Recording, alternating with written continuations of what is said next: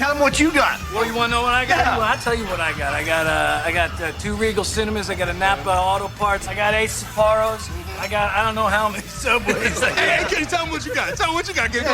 Don't hold back now. Come on. I got a modest price home. Got a good deal on it. That's nice. Yeah. That's All right. What else you got? Come on now. Got a family that loves me. Loves the out of me. They really like me a lot. Seriously, though, like, something real. What you got? I'm about to get a pool. I love pools. Hey, I swim in my pool every mother day. Pools.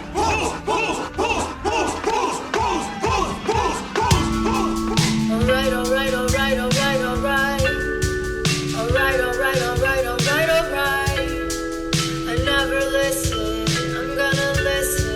I wanna listen to the Dumb Zone. Well, hello there. It's August 22nd. It's show 221 of the Dumb Zone. I do miss my pool. That's a tough one. Having to move out of the house with the pool. Dan is not here. Dan is on the road to upstate New York, which is a wild turn of events. To drive all the way to both coasts in the span of a week and a half. And he's actually driving this time. Yeah, and not just chilling in the back while Matt handles everything up front. Yeah. He finished that entire book in the RV. I'm not surprised. But I don't envy him this time, given who his passenger is. You know the one thing that I thought about doing whenever we were on the RV that I didn't do? He would take like these 20-minute little cat naps. Yeah. On the couch on the opposite side from the table. And I was super close to drawing a dick on his face at one point. But I think he would have been actually mad. I think so. Not like, oh, you rascal. Like actually pissed off. Like he was when I filmed him when he spilled his coffee. But so Dan is not here. But Danny is. Danny is a guest today on the Dumb Zone. And we found out in our pre-show meeting, air quotes, that he was also the guest on another recent podcast. Oh, yeah? That he started to tell us about. And I said, wait. So Dumb Zone and... By the way, good morning. Yeah. Hi, Danny. Good afternoon. Thanks for being here. Danny's a guy How's that'll everybody wear doing? a light black hoodie and long pants in August. You know what I do that for is because, number one, I'm old and old people get cold easier. And it's always air conditioned wherever you're going to be. My time outside is walking from the car to the door. And I don't want to risk freezing my butt off wearing tiny shorts and a tank top. And Rachel's right. It does get cold in here. Yeah. It's very, very cold in here. Been in here a handful of times, and I know that it can get a little chilly, so I'm prepared for where I'm going to be for the longer amount of time, not just the walk from the car to the door. Are you much of a sweater? No. Okay. Not at all. That's the problem for me is I could look like I jumped out of a pool on the walk to my car. Yeah, but you don't have a pool anymore. I don't. So people are just like, he's just sweaty. In fact, I do something. I take precautionary measures. This is not the shirt I drove here in. Really? No, I wear another shirt, and then especially if I know we're going to be on video, I will change shirts before I come in so that that other shirt is all the sweat, my pits. So you sweat from your drive from your what are you driving, like a 71 Ford? Yeah, with no windows, no AC. Yeah, and the windows that won't roll down. Yeah, with no automatic windows. No, I'm very sweaty. I have to use like a medicated deodorant once a month, and it burns. It's liquid. I have to put it on. There's like a little applicator on it, and I have to put it on. Don't they do like injections that you can get an injection into your armpit? There's a couple of different ways. One of them is Botox. Okay. Which we've actually talked about with our crack sales team. They're like, would you guys be interested in this? And I'm like, yeah, Rob and I sweat a lot. I would like that. I've never noticed it about you guys. Man. Maybe it's because y'all are fit. Oh, yeah. You know what I'm saying? Real fit. Like you don't notice the sweaty, thin guy, but if A guy that looks like Tony Soprano walks in and he's got beads on his forehead. Yeah, it's like, no, of course. Look, the fat guy's sweating. He's out of breath. Yeah. Fat guys have it rough on a couple fronts like that because people also don't assume that I can wreck a toilet like I can. But a fat guy, you're just like, whoa, don't want to go in there after that guy. Pivot. I was just describing that if a skinny guy walks in and is sweating, you think, oh, did you just get back from the gym? If the fat guy walks in and is sweating, you say, did you just walk from the elevator? Right, yeah. But what I'm saying is that if me and a fat guy both walked out of, the number 2 zone and it's terrible, they're going to assume it was him who made it terrible. Yeah, yeah. It's just not fair. Meanwhile, you have the anus of a moose. Yeah. Right? It's kind of sad when you realize just how deep into a relationship you are where, and I guess some people never get to the fart place. I'm not there, and I will never be there. I got there pretty quickly, and now I just don't care. I've been in one relationship where that was okay, and I was young. And I have not since, where I will go to, I'm like a fucking Navy SEAL when it comes to being secretive about going number 2. Okay. And I won't intentionally make smell bad in front of a woman. Because I don't want the other side. I don't want to hear hers. Yeah, exactly. Because if you break that seal, then she's like, well, we're so comfortable in our relationship. Mm-hmm. Look, I want something to be mysterious. Yeah. I'm all about transparency and honesty and talking about all the people we've slept with, whatever you want to do. I'm just more about That's equality fine. than you guys. But I just don't want that. But the thing is, I don't want to leave. If you're going to do that, close the door. I don't want open door policy. Yeah. Don't fart on me.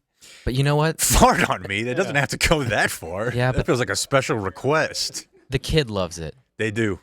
When I fart in front of Brooks, he just loses his mind. Yeah. Yeah. And so the other thing, too, that can be very embarrassing is I'll fart in the car a lot when it's just me. Mm-hmm.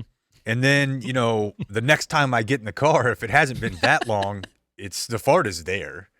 And so sometimes it's really embarrassing because if it's just me and Nora, it's funny. But when Mom walks Nora out and we open the door, Nora will say, time to get in the fart car.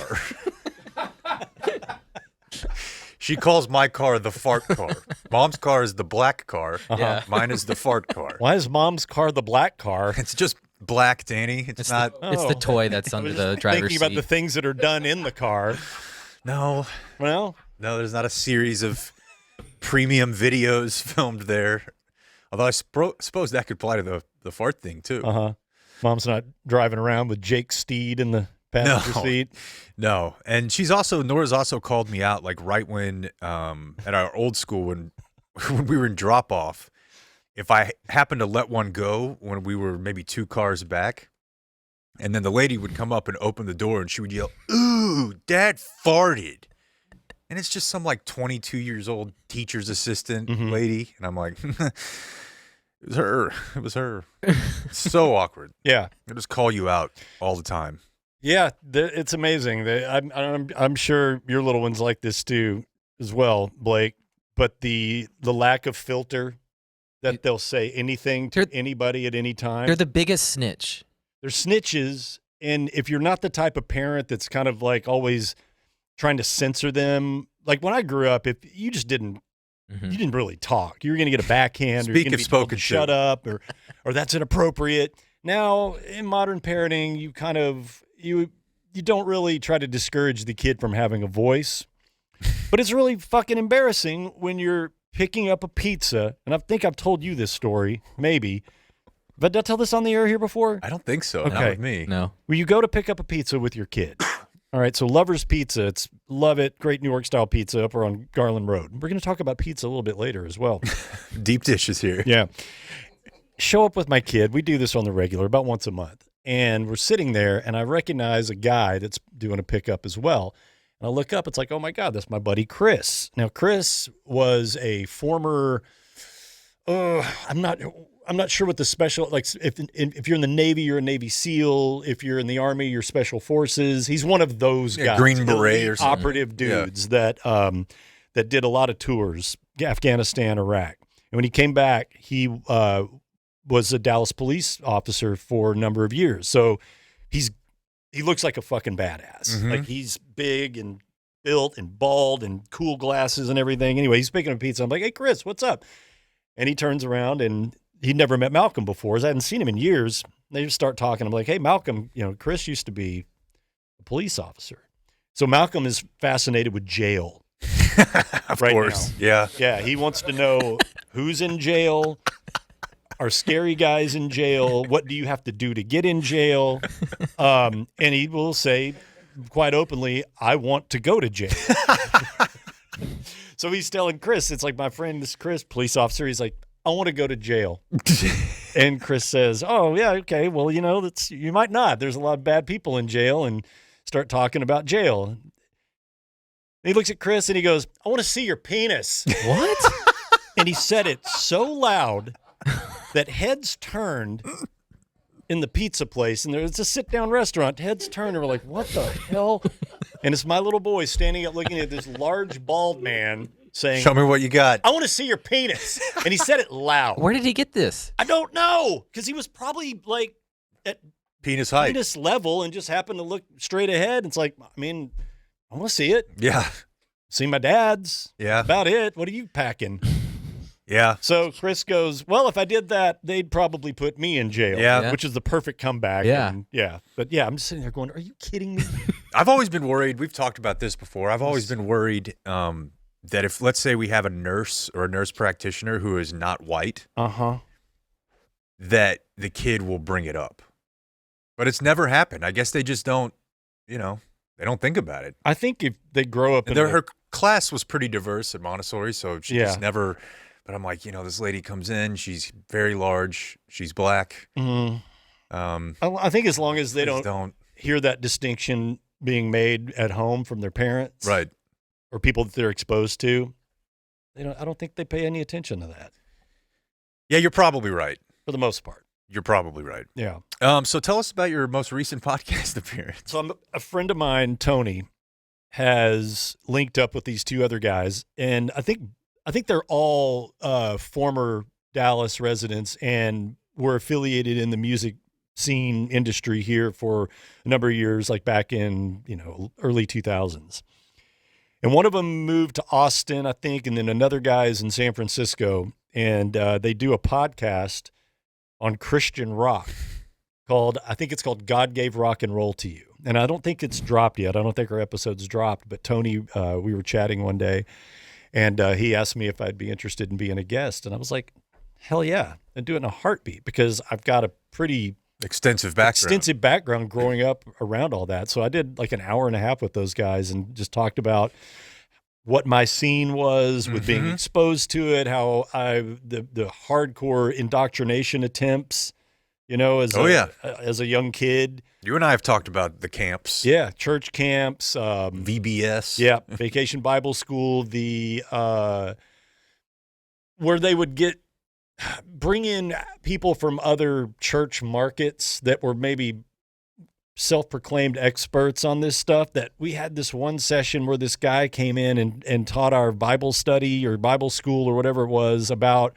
all of the perils of listening to rock music and playing songs backwards and backwards masking and what album covers really meant. And it was all bullshit. Of course. Like 100% bullshit. But just all of that world and how exposed to it I was. And my favorite part about it was, I tried to buy in.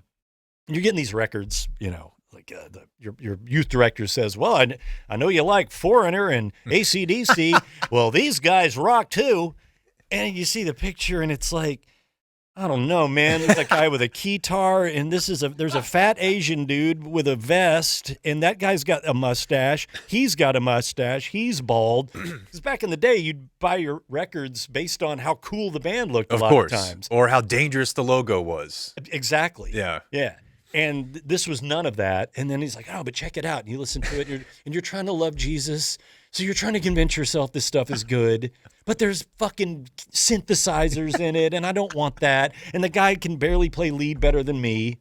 I'm 13, and I can shred this dude in the Christian band. So you're trying to convince yourself, and it doesn't work. and you finally give back in and go back to Satan. Yeah. You know, and where you started. Yeah, reset it. And I had gotten rid of all my albums or given them away or thrown them in the trash. And then my first purchase when I got out of the Christian rock world and decided to never go back was Iron Maiden's Number of the Beast. It has to be. I had to get the album cover that had the most satanic imagery on it. There was only one choice. Yeah, 100%. Yeah, that's that was cool. Yeah, God Gave Rock and Roll to You, I think is what it's called. It should be out. Very interesting. Yeah. So fun. I grew up in the era where the non-denom churches had figured out that the only way they could sell it to us was the guys could not look like the guys that had the guitar and the vest. They did so much better at marketing Christian music and for your generation, your age demographic, whatever. The bands were better. They looked the part. They could actually play their instruments. Some of them had tattoos. Yeah, their songs were pretty catchy. Yeah. So, yeah, that was really difficult to – you couldn't even tell. It's like, well, I don't know is this mall punk band secular or they – There were a bunch of those. The Lord, a lot of them. Yeah, and so it was much easier for them to sell it to us. And the thing for me was when I was probably 13, 14 – the really only places you could play were churches and church-affiliated clubs, like The Door. You remember there was The Door in Fort Worth. The Door in Dallas was not as churchy, but The Door in Fort Worth, they would let you play. Yeah.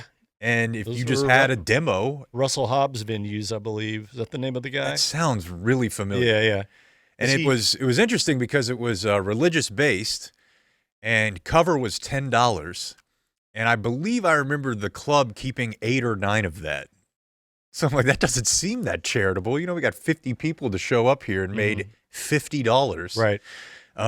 But that was pretty much the only place you could play, so you had to kind of buy in a little bit. Played a church community center, did that a couple times. Now, were you playing, were the lyrics of your songs, were you trying to make them ambiguous, or were they openly praise songs, or? They were not openly praise songs, but there was no swearing. Okay. And so, they would let us get by with it. They weren't that hardcore about that. Yeah. You just couldn't curse. Right. Or, sing about the devil. Mm-hmm. Now, that changed a little bit when the world opened up to us. This is something we talked about recently as well. Do you remember Dream World? I don't think so. Oh, my gosh, man. There was a place in Arlington. I think it's by Baby Dolls, but it might be one of the other Arlington strip clubs. Dream World was a strip joint? It was the name of a music venue that also, it was almost like an old barn. There was the floor was dirt in the actual venue space part of it. And then they had a handful of recording studios in the back. I saw a guy kill a snake there with a shovel in a recording studio. And that place was insane. And they would have like your ICP knockoff type bands play there. And we were doing like, I miss my girlfriend with palm muting. And then the band that would come on before or after us would just be like decapitating a teddy bear with like a blood capsule on it. And my parents are there. My grandparents are there. That's when when you got away from the Christian venue. Yeah. It was a wild time. Those are good times. Those were very good times. I still need to try to find that album. The one you did? Yeah. Because we want to, I have been asking you for this for years. I know. And I keep asking my buddy who I thought would have had it like backed up somewhere. But yeah, we won like 10 hours in a studio from a battle of the band. Those always sound great. Oh my God, dude. Obviously you're playing everything live. Yeah. Like you can't track anything really. And you got their best engineer available. I remember that being the first time I ever was like, I don't know if I do want to smoke pot when I get older. Because this guy was blackout high. Oh, he hated the fact that you were there. Yeah, we were 16, 17-year-old kids. He's an actual engineer and producer. Yeah, these guys, that's the thing about recording studios. If you talk to any recording studio engineer, sure, they'll have their glamorous bands that they recorded, like, for example, Nile City Sound. Mm-hmm. For every Leon Bridges that gets to work there, there's 15 dentists that have a guitar that show up and can pay for the hours. Not only do they have a guitar, they can their checks don't bounce. Yep. And they've got a vision, bro. They gonna be a hit. They have a vision of what they want, and they don't want any help in you producing it. They just want you to push the buttons, and you've got to sit in there and do this because it pays the bills. It's like anything else. We so sell our funny. souls in so many ways on a daily basis, and you just mine life for those nuggets that feel authentic, you know? So like I said, it's for every Leon Bridges. There's so many more of those, the guys that you have to have in the studio just to pay the bills. And you guys were one of those things. And they weren't even getting paid. They were donating their time for some raffle. Yeah, or like some, to Buzz Oven. Yeah. They probably got it's like, oh, it's going to be great exposure for your studio. Yeah. You know, for whatever crystal clear studio. Oh, God. It's going to your name's going to be on all these pamphlets and we're going to be running radio ads. It's like bullshit. Dude, None of that stuff happens. I ended up with like 400 copies of that I couldn't move. Yeah. Like we might have sold 100, and then I just had boxes full of these CDs that paid to have like the printing done on them. It was such a beaten time of my life. If you have 400 of them, some of them have to be in existence. I would figure so. What was the name of the act? At that point, it was called 5 Minute Stranger. Okay. Which was pretty much a set. Yeah. I love it. Yeah. Okay, so you said, before we get to sports, you said something to me a couple weeks ago, one of the times whenever you were going to be in. Mm-hmm. And I knew that you had an amicable situation with your most recent baby mama. Mm-hmm. And that you had, you know, a young child and that you took care of him about half the time. And I, at some point, you know, obviously picked up on the idea, like, they're not all living in the same house together. But then Danny's telling me a couple weeks ago that he's like, no, you know, I'm good for tomorrow. You know, the mom watches her every other day with, and we were talking about, you know, you working here at some point and insurance and stuff like that. And you're like, oh, Malcolm's covered. His mom married a really rich guy. And I was like, oh, cool. You know, I guess you'd rather have that than like some deadbeat. And then Danny said, yeah, he's cool. I'm actually going to watch UFC with him tomorrow night. I was like, what the hell? I get that sounds maybe it's cool, but it's still unusual. Just very unfamiliar based on my experience. Well, of course, of all of our experiences. Yeah. I grew up in divorce. I know you did too, Blake. Your parents are still together, right? Mm-hmm. Okay. Must be nice. Yeah. I don't know what that's like. Yeah. See, for me, Blake, the parents that chose to adopt me, like they couldn't have kids. So they went out and found a baby that they wanted so bad, and they still got divorced. Well, might have been related. Yeah. You guys got twice the presents, though. That's very true. And Dad's weekend, which I missed out on. Well, okay. Mine was, I think, a little better than his. It's not the same when your dad, when they divorce, that you see him one time. Since you're 10 yes, years y'all's old was until way now. worse. I was just trying to participate. Anyway, I'm not trying to make this all about me. Jake, you bring that up, and it is interesting because I think it's very uncommon for most people to have that type of co-parenting relationship, especially when your ex marries someone. Because we were never married. Mm-hmm. And we were very young in our relationship when we found out we were pregnant, and we decided let's do this. Let's give it a run.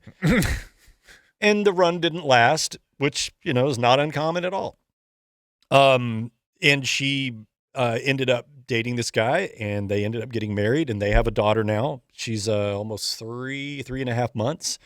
And when I say he's rich, he makes enough money to be able to cover my son's health insurance. And spring for UFC. And spring for UFC, yes. To some people, but he's cool. Well, he's a great dude. I love his mom to death, and I want nothing more than, number one, for my kid to grow up in an environment where the guy that is going to be with him a lot is a good dude, and it's probably not a bad idea to have some semblance of a relationship with the guy.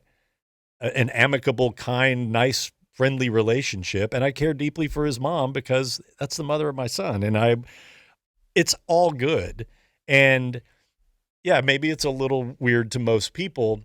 It's probably the exception. I wish it were more the rule that mixed families could get along like that. So I feel very, very lucky in that regard. But yeah, Malcolm went to bed one night and he was springing for UFC and invited me over, and I sat there on a chair and watched guys kick the shit out of each other with my ex and her husband.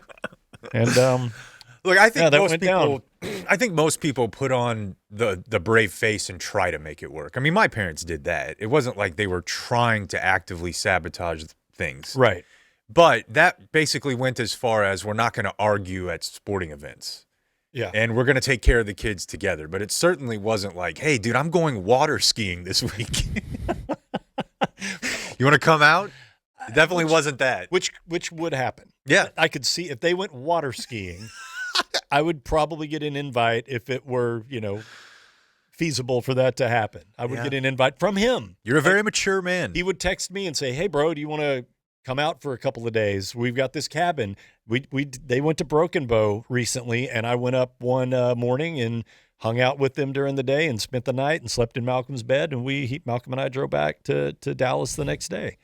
But yeah, it's me and her and him and her parents and sitting around a campfire drinking tequila after the kids go to bed. Did you ever whip your ass about ticket stuff? Loves the ticket, by the way. See, I feel like that would be... He loves the ticket and loves the Dallas Cowboys. Okay. Yeah. I was going to say, Danny's probably like, yeah, these people are awesome. They let me hang around. And they're probably like, God, this guy won't leave us alone. Like, Look, just trying to be nice. He actually took us up on the water skiing thing. He slept in Malcolm's bed. What's his deal? What a creep. And he wouldn't leave when I bought the UFC fight. Thought it was a pretty clear message. It was time to... I knew he didn't like UFC. That's why I was watching it. Well, I think that's cool. It's obviously the best thing for the kid. For sure. So that's For really all that matters. All right, Blake. and I don't have to pay for UFC. There you go. Always a plus. Although there was a fight that happened this past weekend. Didn't get the invite. Okay, he's probably got a rotation of friends. Maybe he wanted to bang that night. Oh, my. That is a fantastic What? way for us to segue into telling you about what to do if you're in a car accident, Danny. Or any other sort of personal injury. You call Frankel and Frankel at 214 or 817 and? It's all threes, dude. Correct. 214-817. Just then wear out that just three. hit 3 until something starts ringing, and Gene Burkett will probably pick up and go, "Hey, what's up?" Yeah, you will talk to a partner, either Gene or Mark or Scott Frankel. They're, of course, based here in Dallas. I thought about the Frankels a lot on our road trip because I Boy, I did constantly too. felt in peril. Yeah. And credit to Rob and Matt. They were RV aces, but it just feels like a dangerous situation. Yeah, when we were going through like Nevada and the roads are not like fully paved. Yeah. And we're just like hopping up and down in the RV. It was like, okay, we're going to flip or Could be a something. little bit of danger here. Yeah. And if that would have happened to you here locally, you would need to call the Frankels. Absolutely. Whether you're in the black car or the fart car, things That's go right. wrong on the highways all the time. And a lot of times it's not your fault. A lot of times it's not your fault. You but need that number. The insurance company might try to make you think it's your fault. Well, the Frankels and Gene Burkett, they used to work for the insurance company, so they know the tricks. They know the dirty moves that they're going to try to pull. So call them. If you find yourself in a situation where you are unfortunately in an auto accident, call 214-817-333-3333, Danny. It's easy to remember. It's just the number 3. Yep. Any area code. Well, out of those 214, two. 817. Yeah. Those two in particular. 469, you're screwed. You can still call them. I want to be Yeah. very clear about that. Yeah. Just one of remember those the two number numbers. 3. That's it. Thank you to Frankel and Frankel. So I have a couple sports topics for you today, but I believe Blake is actually going to kick us off with a little video. Yeah, I just wanted to show you a quick video because we had mentioned the other day that the Raiders are actually going to start Gardner Minshew. And hold on a sec. I think he's had a weird trajectory where he played at Washington State for Mike Leach and he put up a ton of yards. But at the time, he looked normal. Then he grew his mullet out in a weird mustache. Not totally normal. He had a mustache at Washington State. Did he? Yeah, because I remember the first time I became aware of him, they had a big win. And Leach is doing his on-field interview. And as universities will do when they get a player with a funny bit, a la Texas was actually selling Quinn Ewers wigs, like mullets, when he first got there. Yeah. Well, but remember Landry Jones had the Landry stash? Exactly. He was all over that. So Minshew runs up during Leach's on-field interview. It's like a Friday night Pac-12 game and just slaps a mustache, like a stick-on mustache on Leach's face. And Leach is Leach, so he's real confused already. And that's when I first heard about him. And then, of course, once he got to the league, he did a podcast interview. I don't know if you've ever heard this story, Danny, where when he was in college, he was trying to get another year of eligibility. So he needed a medical red shirt, and his move was he drank like a fifth of Jack Daniels and started hitting his own hand with a hammer, trying to break his own hand. I've never heard that. Yeah, I don't think it worked. Really? Now he's just got a jacked up. He just had a jacked up hand because it. But it healed back, so Yeah. he can do a perfect football grip. That's right. Yeah. He's a wild card. And I believe he was he partnered with like one of the beer companies, and if you took him first in your fantasy league, you got a case of Miller Lite. It was or the biggest. something. It was the biggest backwards deal ever because your He's league entry's maybe $100. Mm-hmm. You're going to lose that money if you take Gardner Minshew 1-1, Mm-hmm. but at least you'll have a $14 case of domestic lights. The deal made no sense, but Anyway, got their name out there. So this guy's a bit, and he's not horrible. No. He's not the worst quarterback in the league, but he's really embraced this I'm mullet guy, I'm mustache guy, Yep. I'm beer drinking man. And for whatever reason, Creed has had this huge comeback where the Rangers somehow made it, higher their song. They've been a part of some other team mantras, I guess. Oh, the Marlin. That's right. Maybe that's what started it. Maybe. Well, anyway, Gardner has capitalized on this resurgence from Creed, so he put out this workout video. Oh, my God. So he's in a cutoff shirt, he's shirtless, his mullet's Huge flying mullet. around. He's just doing like traditional workouts.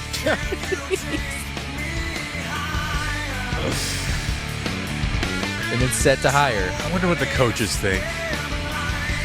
Look at it, he's so God, ridiculous. he looks so 70s now. Now that he's got getting a little bit chest hair. older, Yeah.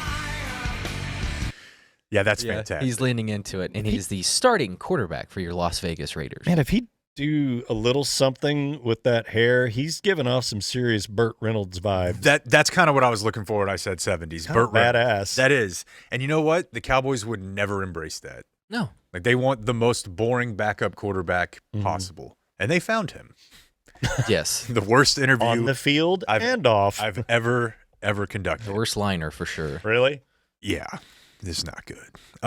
So the I had a couple of football topics. Everyone is buzzing about flag football in the Olympics because it's going to be a thing in LA in 2028. I love it. And it's been growing. There's going to be a small professional league, I think 6 cities launching next year. It's grown quite a bit on the international stage. They have like a World Cup or a World Championship. So it's been in the news because the Olympics were just here and they're previewing what 2028 is going to be like. And a lot of players in the NFL are watching their NBA counterparts who are pros get to go compete for a gold medal for the United States of America. And they're like, well, we want to do that. Why can't we just play flag football in the Summer Olympics and try to win a gold medal? Because it's the only chance you're probably going to have. There aren't too many guys who late in their career decide to be a bobsled pusher like Herschel Walker. And the league has been pushing, the NFL has been pushing like flag football engagement and involvement with youth and like with community leagues.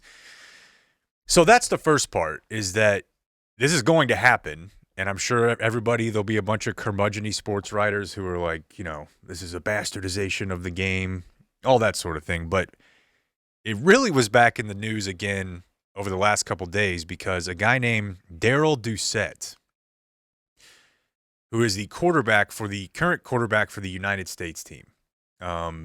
So I guess in 2023 they had a world championship. They won it. He was the MVP. He never played college football at all. He started playing solely flag football in college when he went to Xavier. And so he just started playing intramurals and got really, really good and kept playing the circuit. And there's guys like this. Like we talked to Kavanaugh about this a couple weeks ago. Like Jeff was traveling the country winning money playing flag football. It's a real thing. Mm-hmm. And so this guy got people all fired up when he gave an interview, and it was an article. And then I guess some of the quotes got pulled, as articles will in the world of aggregation, and he went on TMZ Sports, and he said a couple things that I wanted to make sure you guys heard. Had to leave let me that start in. by saying that I appreciate the love and support that the NFL and the NFL guys are definitely giving flag football. Let's start off by saying that. But to go back to my quotes, it was taken from an article, and they only took parts of what I said, and they're misconstruing what I'm saying and what I'm trying to explain. I love the fact that they want to play and that they want to come out and compete. But at the end of the day, we want the same process that we've been having to play. We have to try out, and so do they. You know, I don't want to be like they're entitled because of their names to be able to just automatically be on the team. And that's what it sounds like from the flag football world. We are fans of these guys, and we love, like I said, we love the fact that they want to go out and win a gold medal and represent the country just like us. But we don't want to be forgotten about because we are the ones that helped this game get to where it's at. I can kind of see where he's coming from. Love everything that he just said. Yeah, I can kind of see where he's coming from. That Micah can't just tweet, "I want to be in the Olympics. I want to be on the flag football team." Like, no, you're gonna have to play qualifying. But can't You're going to have real tryouts. Can't you assume that the NFL guys would be better than the people that play flag football? I don't think you can. Okay, so he does get into that. What would happen if you got a team of NFL dudes? How many are on a team? 5? 7? I think this is 7-on-7. Okay, is the 7 on official, 7. And they typically get like 15 guys. You get these guys out of their pads playing under the rule system that's in place for flag football, and here's your NFL's best. I'm not going to sit here and say that they wouldn't get smoked by the dudes that are elite at that particular sport and have been playing together for a long time. You almost see it in the NBA right now, dude. Our men's Olympic team almost got beat by France in the final. They almost got beat a couple times. Yeah, they almost got seriously beat by I can't remember who it was a round or two before. And you watch you watch them play, and you realize, look, just because that is the best that the NBA has to offer doesn't mean that it's not going to look like a freaking all-star game when they go out there. And that's what it looked like. And the biggest thing too, which he gets into a little bit here, is it's just a really different game. So like Tyreek Hill for sure. You can grab probably a dozen wide receivers, and they would be pretty effective. But past that, there's not too many guys who are effective playing flag football who weigh 215 pounds. Mm-hmm. You know what I mean? That's just not how that game works. It's way more. I mean, I've told you guys this before. There was a 5'3" Vietnamese lady who was of the best flag football players I've ever seen in my life. She was on Jeff's team. Mm-hmm. Because she's low to the ground, she was quick as hell, and she had insane hip movement. And if you haven't pulled a flag in a while, also, it's a problem. But it's not the same as just running through somebody, through the ball, through the play. Yeah, but not everybody is Derrick Henry out there. I think if you gave Tyreek Hill 3 months to do this, because these guys are so specialized. I mean, what's the comp here? Is it, let's say, if you want to build like a 3-on-3 team, like the Olympics has basketball 3-on-3. Don't you think if you threw KD, LeBron, and Steph Curry out there, they would win that too? I think they'd be closer than the NFL guys would be. They probably would win it. And I'm not saying the NFL team would be bad, but I am saying it's a way different game. You can't check a receiver. Like, you would really have to train your brain, first of all, to not be getting a penalty on every single play because there's no supposed contact. I mean, people run into each other, but you can't, start hacking at somebody off the line. I know. You can't run through somebody when you're trying to get to the quarterback, although they do it in the Grapevine League and they never throw the flag. I just want to be very clear about that. It's a way less physical game, but it's a very similar skill set. And the people that are very good at this skill set play in the NFL. I think you'd be better off letting the men's World Cup team or the U.S. men's national team train for 3 months and see if they could do it because they're smaller and they're quicker. So I think the NFL team could be good, but I don't think that it would be dominant. And I think you would have there'd be a couple guys that would have to make the team that would not be very good. I don't think you would be able to get a quarterback from the NFL to do it, would you? So he mentions Patrick Mahomes here. And this, of course, is one thing that got people really fired up. I think this is that part. At the end of the day, we are all men. So we welcome competition. But I'm not necessarily speaking about myself being the quarterback or trying to compete against Patrick Mahomes or anything like that. At the end of the day, I feel like I'm better than Patrick Mahomes because of my IQ of the game. I know he's right now the best in the league. I know he's more accurate. I know he has all these intangibles. But when it comes to flag football, I feel like I know more than him. Probably does. He's been flag doing football. it. At Yeah. flag football. How old is this guy? 35. Okay, He I looks was really gonna young, say but he's been playing a long time. Okay. Like almost 20 years. And so if you look at that guy, I don't know who your quarterback would be, but I don't think it's Patrick Mahomes. It's Lamar. It would have to be. That's about it. Like, that's about what you'd have to have, because Jalen Hurts or Dak would be dead in the water. You might even be better off just having Tyreek Hill be the quarterback. Because when you, like, Yes, exactly. I've been on exactly. flag football teams that had a guy with a rocket arm who played college football and was a stationary quarterback, and they got killed. Yeah, but your guy's My guy's fast as hell, though. really. Yeah. He's very, very elusive, and he's not that big. Yeah, what's Dak gonna do after 3 Mississippi? Dude, that's the You know? thing. And, like, Mahomes is great at getting out of tackles, but they don't have to tackle you. All they have to do is get to your hip. Mm-hmm. And that's not his magic. I don't think it would work as well. It's a very different game. Lamar, maybe. But with some training, I still think the best athletes at this play at the highest level, and they could figure it out. It's going to be fun to watch. You know, and But- I also wonder how, like, teams are going to handle it. Okay, but think if you're NBC, Yeah. aren't you gonna want NFL guys on there? Yes. Like I would watch if NFL players played. I would not watch if this guy was the quarterback. Oh, I'm going to watch either way. But I know what you're saying. From a marketability standpoint, having, you know, Amon-Ra and CD out there would cool. certainly sell a little bit bigger. He does talk about the flag pulling thing a little bit right here, which I thought was interesting. Flag pulling. Flag pulling is very difficult, especially when you have elusive guys that know how to hip moves, dip, and all these different moves that we've been training to do, just like they've been training to do to make it to the NFL. This is our game that we love to play. So we go play on a daily basis and we train to do these moves. Offensively, I think they will be successful when it comes to certain things, but the width of the field is smaller. The timing isn't as much. And I think they will have trouble with flag guarding. I also think they may stiff arm. That would be a huge problem, because half the dudes that I've played with, when they get the ball, they literally just hold it like at their chest. Because if you take a one-hand carry in flag football, you will naturally, instinctively, when someone reaches for your hip, you will try to swat it away. And you can't do that. You can't do anything. Mm-hmm. So, like, there's a guy on our team, Big Boy, who's got some speed, who's our center. He'll catch the ball and run with the ball over his head right down the middle of the field, because it's a surefire way not to get flag guarding. I'm telling you. Now, can you create a fumble by knocking the ball out of his hand? No. Oh, you can't? No. So there's no turnovers No, he's just other down. than interceptions? You're just down. If the ball hits the ground, you're down. Really? Yeah. But that's the thing. But like DK Metcalf, if somebody reaches for his waist, is going to be like, Yeah. get that shit away from me.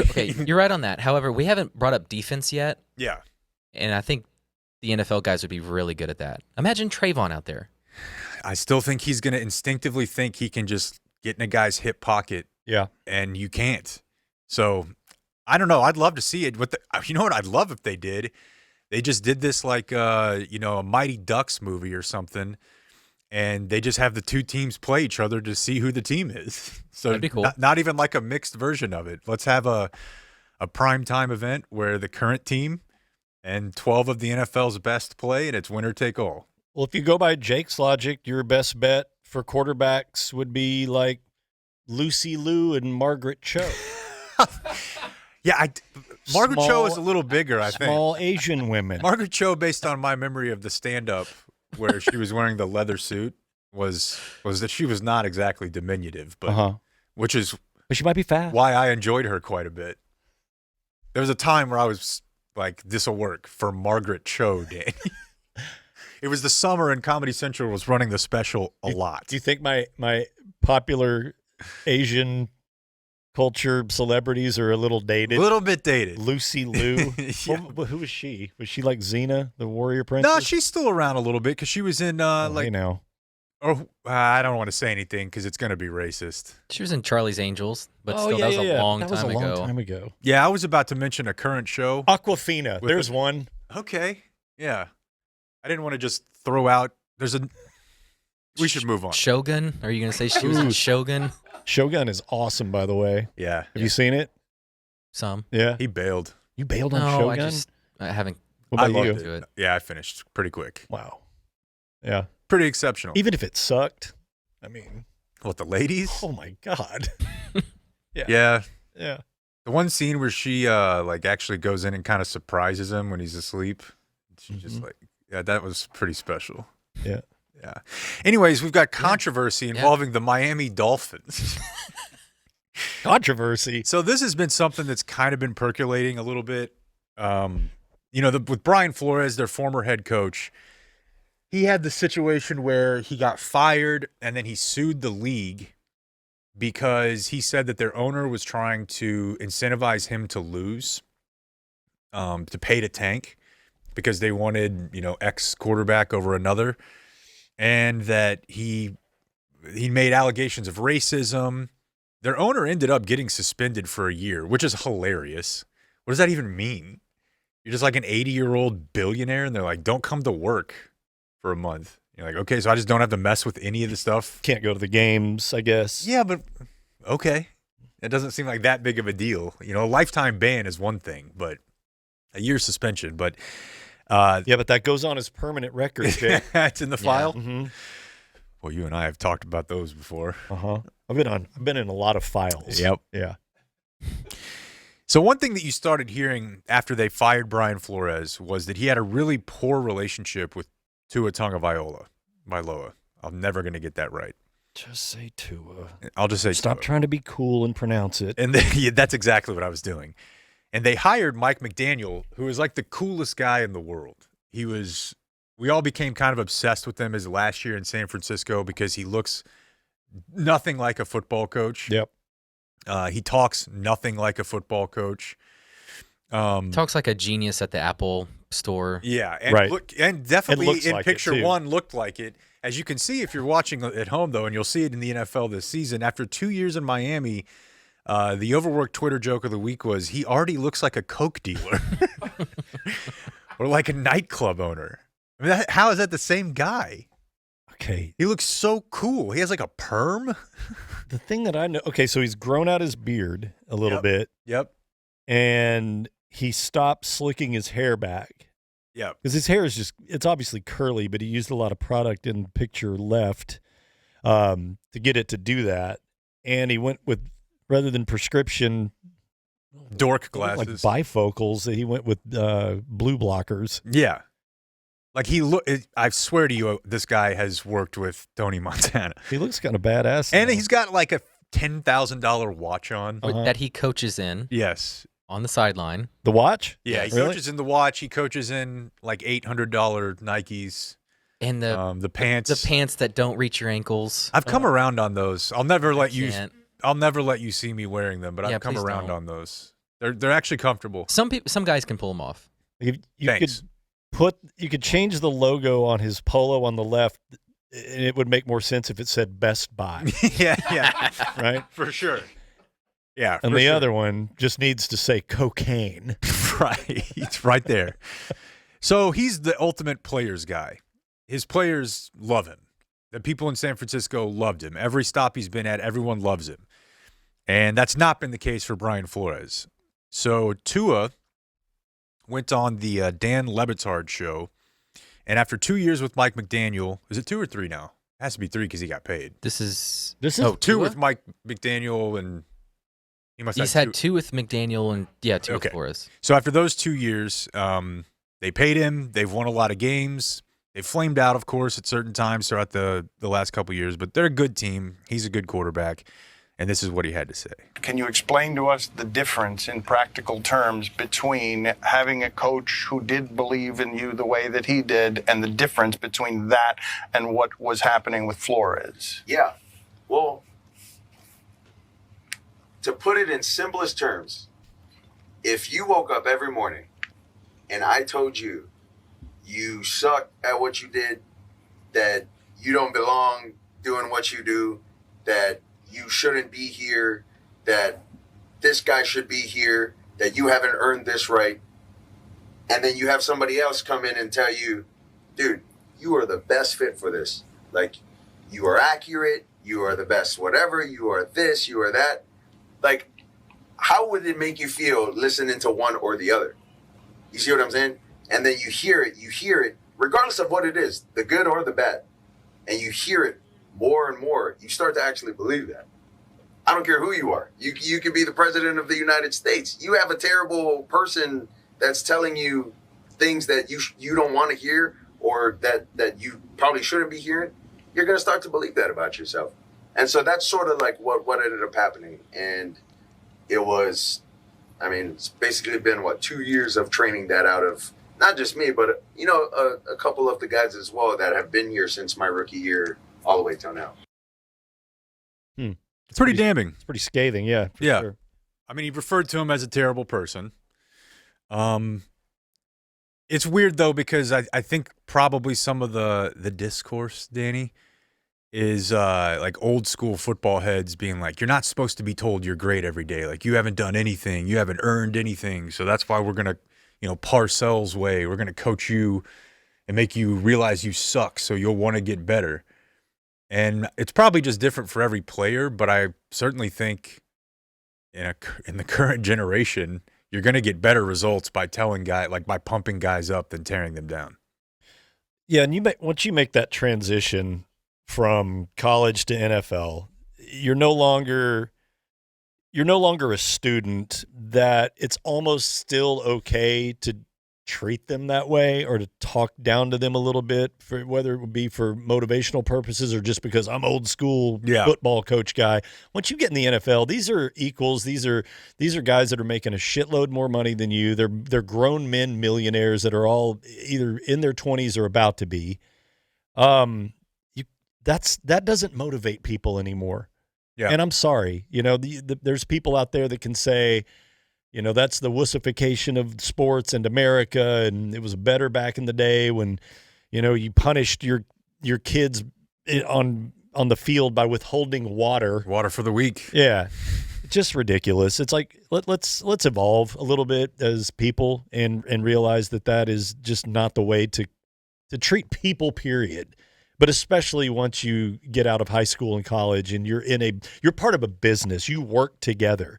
These are co-employees. These are colleagues. They should be treated as such. I mean, if anybody, so for example, like if you work for a corporation and your boss, so your head coach invariably is their boss, and you work for this company called the National Football League, and one of the bosses talks to you that way and treats you like that guy's going to be gone. You're going to have witnesses that heard it, that will back you up, and those people are going to lose their jobs. It's unacceptable. I'm not saying there's never a time for a coach to get fiery. And, if he senses, hey, this is just a half-assed slapdick practice today and he wants to call everybody to the 50 and yell. But I don't think you can do it every day, and I don't think you can do it to your quarterback. A young quarterback trying to figure out the NFL, I think telling him you suck every day that is not going to work. It's not. It's a confidence-based position. It grinds your psyche down, too, to be exposed to that kind of toxicity. And it's funny, too, because he asked, they, of course, Brian Flores is in Minnesota now, and they ran right to him. And we're like, hey, what they do. What'd you hear? What'd you think about this? Did you hear this? And he handled it well, but I feel like he was taking a backhanded shot at Tua.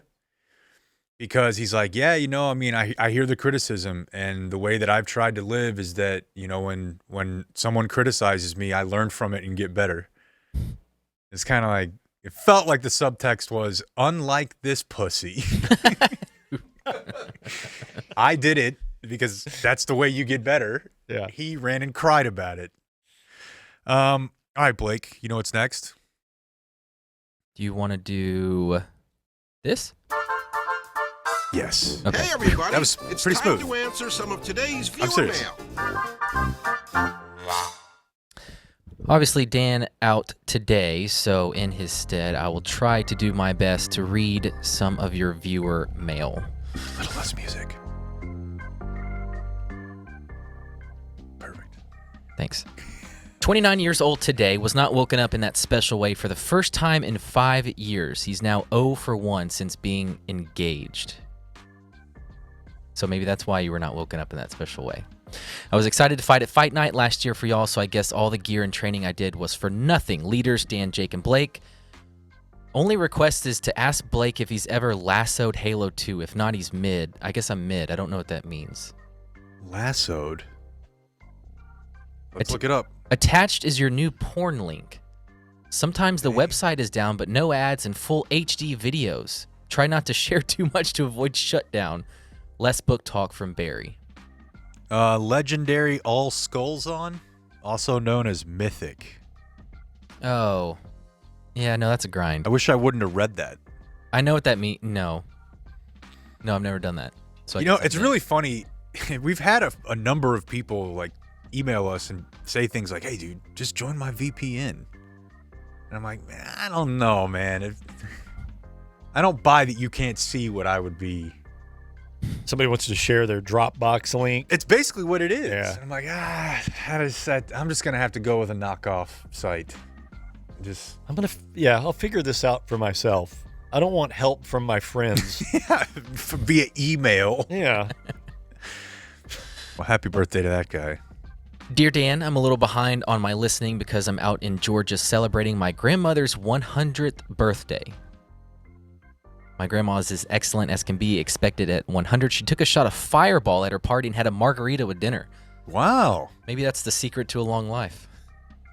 Yeah, I mean, you definitely always see the old guy who's like, yeah, Dr. Pepper and a glass of whiskey a day. That's right. And he's 95, but there's just something really like Jimmy Buffett-y about a shot of Fireball and a margarita for dinner. Fireball's the mystery guest there for a 100-year-old woman. Yeah. How does she even know it exists? I made it to 100. I have a snifter of Fireball every night before bed. If that was the key to life, would you do it? And my half a cigarette. It's like it's every day. A shot of Fireball a day? That ain't the secret, bro. That's one of her dumb great-grandkids trying to be hilarious. I'm just saying, if that was, I don't know if I would do it. Let me just die at 70. The thing about the Fireball is that there's really not a way to make it taste better. Well, it tastes fine as it is. Like most booze drinks, there's something you can do to them that if you don't want it straight, you can do something to it. Hence the margarita. You're not Fireball, like it's really Fireball is what it is. It's basically a red hot. Ugh. And you don't like that? You don't like hot cinnamon sugary crap? You know what else? Fireball's not as bad as what I'm about to tell you, but Rumplemints is no good unless they'd like to advertise with us. I had a really, really bad experience with Hot Damn. Which is basically Fireball. Yeah. It was 100 proof Hot Damn. Yeah. And you don't want to throw that up. Well, I did. Mm-hmm. Both ways. What? Oh no. Out of your moose butt? Yeah. And if you think it like feels less hot, it doesn't. It was horrible. In your nose when you're throwing it up. It's all red and kind of viscous. That's one drink that I from that day on was like, I'm never again. And I've never really been a big Fireball guy. I try to avoid the liqueurs for the most part. They had one back when I was younger, and it was called a Nazi from Hell. Okay. And it was 3 liqueurs. Not just a Nazi. Mm-hmm. He's from hell. Yes, from hell. I think that should be implied. Right. That, you know, either from there or you will end up there. But it was 3 liqueurs combined, and it was Jägermeister, Rumpelmans, and Goldschlager. Ugh. It was those 3. And I think they were able to layer them so they are like the 3 different. You have the black of the gold of the Jägermeister, and I guess Rumpel's kind of clear, but then the Goldschlager is a little amber, and it's got flakes of a real gold. Is it? No, now that you say that, I think we had something similar called the 4 Horsemen. Yeah, that may have added something. Yeah. And I think they were flammable. Like you could light them on fire. God. What were we doing? A beating. I don't know. Whatever happened to light a drink on fire. Whatever happened to just drinking because you needed to? The old-fashioned way. Instead of tricking it up. Right. You know. Rich also says if we ever need an expert on having a centenarian grandparent, just give him a call. No. Okay. Uncle Hotmail, today is my Lyndon B. Johnson birthday. More importantly, my birth date is Aikman Emmett Irvin, 8/22/88. Isn't that neat? No. This is never going to stop, by the way, is it? Probably not. No, because Who started this? If there was a complaint box about the Dumb Zone, It would be overflowing with this bit. I think it might be. Yeah. More Danny Balis from JT. Oh. This email. He also said more Blake, but Blake didn't want to read it. Shut. I'm looking at Just it. to leave make the sure. curtain closed. We don't know what Dan's doing over there. He could have had 1 million more Dans. All right, this email. You're a big Shield guy, right? Love the Shield. Okay. Groundbreaking television. Without the Shield, there's no Mayor of Kingstown and many other shows. Oh, yeah. Yeah. It's a top 3 for me. Yep. Dear Uncle Slam Clam. I recently started watching The Shield based on Jake's relentless worship of the show. I feel you would appreciate that midway through the 4th season. I'm prepared to make a declaration. This is the best TV show I've ever seen. Thanks for the rec. From D.F. Tucker. I think season 4, is it Glenn Close? I don't know, but that's when things really start heating up. Yeah. How many did it go? 6 or 7? Well, if you remember, I know that they it did got real funky. Yeah. Because of the writer's strike. They had an kinda abbreviated had a season, split. I think. Or Yeah, split. like 6 was basically 6.1 and 6.2, I Correct. think. And they were like 4 or 5 each, which Okay. sucked because then you had to, after a month, wait another 10 months. But I know 5 was Kavanaugh, Forrest Whitaker. Mm-hmm. And man, if you go, you're where this guy is watching it now, that is like the best work that Anthony Anderson has ever done. Antoine was awesome. Oh, he was. You He remember was so good. You remember when he stood on Shane's throat? Yeah, I do. And he said, from now on, when I say to you, suck my dick, you're going to say, you want me to lick your balls too, daddy? As he's just standing on Shane's neck with a gun in his head. Yeah. You work for me now, cop. That's as And many. I'm like, how is this on regular television? Or FX. cable? But I mean, it wasn't like, at that time, I don't feel like FX had started going that hard. No, what years? Oh, that's a better Danny question. Oh, God. The Shield? Mid 2000s? Early 2000s, Yeah. I think. That's one that I know that I've done one rewatch on from start to finish. Have you done it recently? It's been a while. I have done one curious. rewatch, and I tried to get my wife to watch it with me, which would have been the 3rd time for me. And I think she would really like it. But it's definitely super high tea. And if you're trying to sell a female on the show, the first episode, which in the gear up scene, we all know what I mean, right? Yeah. There's always a scene in movies and TV shows where everybody's got to get the gear. It's time to Okay. put the bulletproof vest on. Sure. Load up in Clem's got the shotgun. SWAT van. Yeah, they hop in the van, and it's a badass gear up scene, and Ba with the Ba is playing at a very loud volume. Fuck yes. And so as they're just like cruising through LA, and it's just this is for the and I try. That's where she bailed. She was like, "There's no way you expect me to like this." Yeah. Like I'm gonna go back to the morning show. It's Yeah. basically, that show is basically like Scooby-Doo meets the A-Team and then add a shitload of crystal meth on it. Right? Yeah, they were there to solve mystery. Yeah, It's just solve they the had, mysteries. They had a different way of going about it. Both of those shows had vans, Yep. and an ensemble cast of That's people true. that drove around in these vans. The A-Team, former whatever. special ops type guys. dudes, Yeah, these and- because in both cases you're getting the best. Right. No Yeah. doubt. And for Tucker, you should also know, if you've probably heard me mention this if you've been listening, based very much on a true story. You know what it looks like, though? Like compared to now, I bet if you were to do a rewatch in 2024 of The Shield, I bet the writing and the acting is still pretty good, but I bet there's been such an evolution in that genre that it'll look somewhat dated. It does. And a lot of the stuff you'd be like, ooh, that's not as good as I thought it was. And I bet it looks really low budget. It's pretty low budget. And they were also one of the first shows that started doing like shake camera. Yeah, handheld. Yeah. Which was really, really groundbreaking at the time. Yep. But it also kind of looks cheap now. Great show, though. Hey, that was good viewer mail, dude. Are you done? That's where my document ends. We can stop if you want. I have more here. Go ahead. Okay. I also wanted to include Tucker said, if you guys ever need an expert in the field of federal healthcare planning and architecture, feel free to give him a call.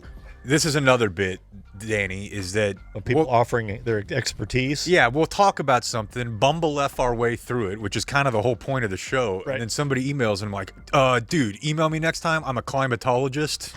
I'm like, no. Well, it's because people got mad at us because we didn't know what the heat dome was. And some guy emailed and said, hey, if you actually want an expert, call me. I'm like, no. Yeah, pretty much. the name of this fucking show. Right. Yeah, anytime we talk about money. Yeah. Some guy's like, dude, I work in stock market. If you really want to know what next time blockchain is, give me a call.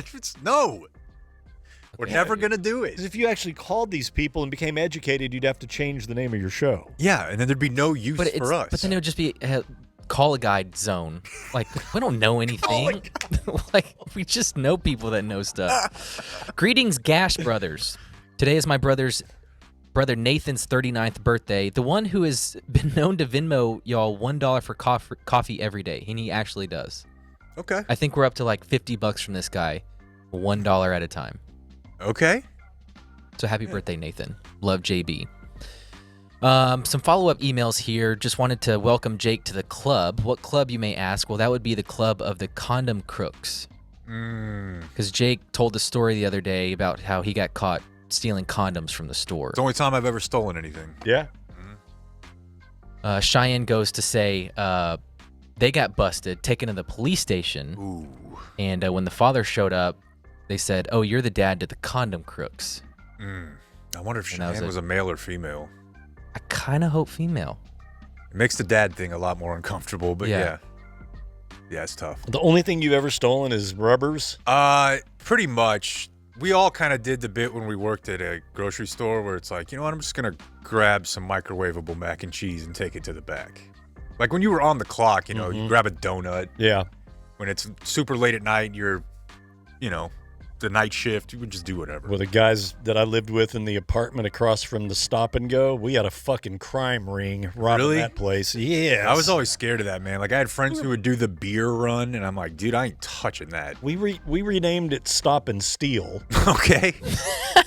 That's funny. I'm not proud of it. You're just 18, you know, and you're living with a bunch of knuckleheads, and you're dirt poor, starving. So yeah, you would, you know, lift like you said, box of mac and cheese. Yeah. Maybe one of the 4-pack magazines at the front. Sure, why not? Yep. Last one here. Hello, Titans of the Gash. For those who aren't aware of pre-Vietnam War era football conferences, Tech, Arizona, and Arizona State were once conference mates in the Border Conference. Of course, Arizona and Arizona State, now the Big 12 with Texas Tech. I thought it was odd that Tech and ASU were in the same conference from 1932 through 1956, but never played each other until 1999. I've never heard a group of words assembled in a more boring fashion than this email. I was trying. I was fighting hard to stay engaged. All right, that's the foundation. It's going to pick up here. Basically, they were in the same conference and never played each other, and he's about to explain why. Okay. Okay. Can't wait. Buckle up. Hey, should we hold this over? Like, just... No. All right, let me... I'll just skip ahead. Basically, ASU refused to play Tech on any field as long as Tech didn't allow black players to play varsity. I think there have been a couple of instances of stuff like that from that era where a team was like, we just won't play him until you integrate. So whenever you see Arizona State and Texas Tech play each other, just think about that. You know what's kind of interesting is I've always associated those. I'd have to actually watch Texas Tech and Arizona State play each other. Hey, you better look out for Tech this year. Look out. Look out for how? But you know what's funny, How am I though? going to look out for this? I know that ASU is a more high-rent school than Tech, but in my mind, they've always kind of been distant cousins. The same. Like, way too over-the-top party scene. Yeah. In both places. Both very dry. Mm-hmm. You know, not like good at football, but kind of around. I always thought of like Texas Tech. Did you go to Tech? No. Okay, good. I always thought of Tech as like grade 13. I can't say anything. I mean, I went to Texas State. Uh-huh. So I have no room to talk. But that was like post-high school detention. Yeah. Yeah. Yeah. Hey. Well, there's viewer mail. Okay. That's good. You know, I got two guys, Sean Payton and Mike Zimmer. You got to keep an eye on those two because they're going to try to get the upper hand on Mike wants the defense to do well, and Sean, he's going to have a few, no disrespect to the Orientals, but what we call Jap plays, okay? Surprise things. And no disrespect to anyone. But, you know, you got to watch them. Because they'll sabotage each other. You're listening to The Dumb Zone. Are you guys prepared for the 2024 Olympic Games? Dan, where are you? Societe Paris. That's right. Dan was just there. That's the only reason he knows that. I saw so many Olympic signs. Glad they're doing it in a major city. If you were there, you'd have been like, oh man, that's great. Yeah, because sometimes they do it in like White Settlement. Well, Or they'll do it. yeah, this time they've chosen a city. We were. No puppet. Not even one day off, huh?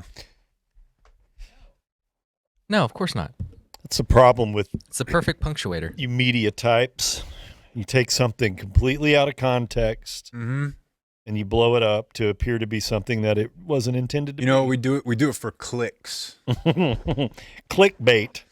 You were Is that just what you're admiring doing? our studio. Yeah, it was. I love that you guys are so, I don't know, adamant about never forgetting. Yeah. Some A people lot of not so, reminders. some people not so much. Lots of reminders. Big day coming up.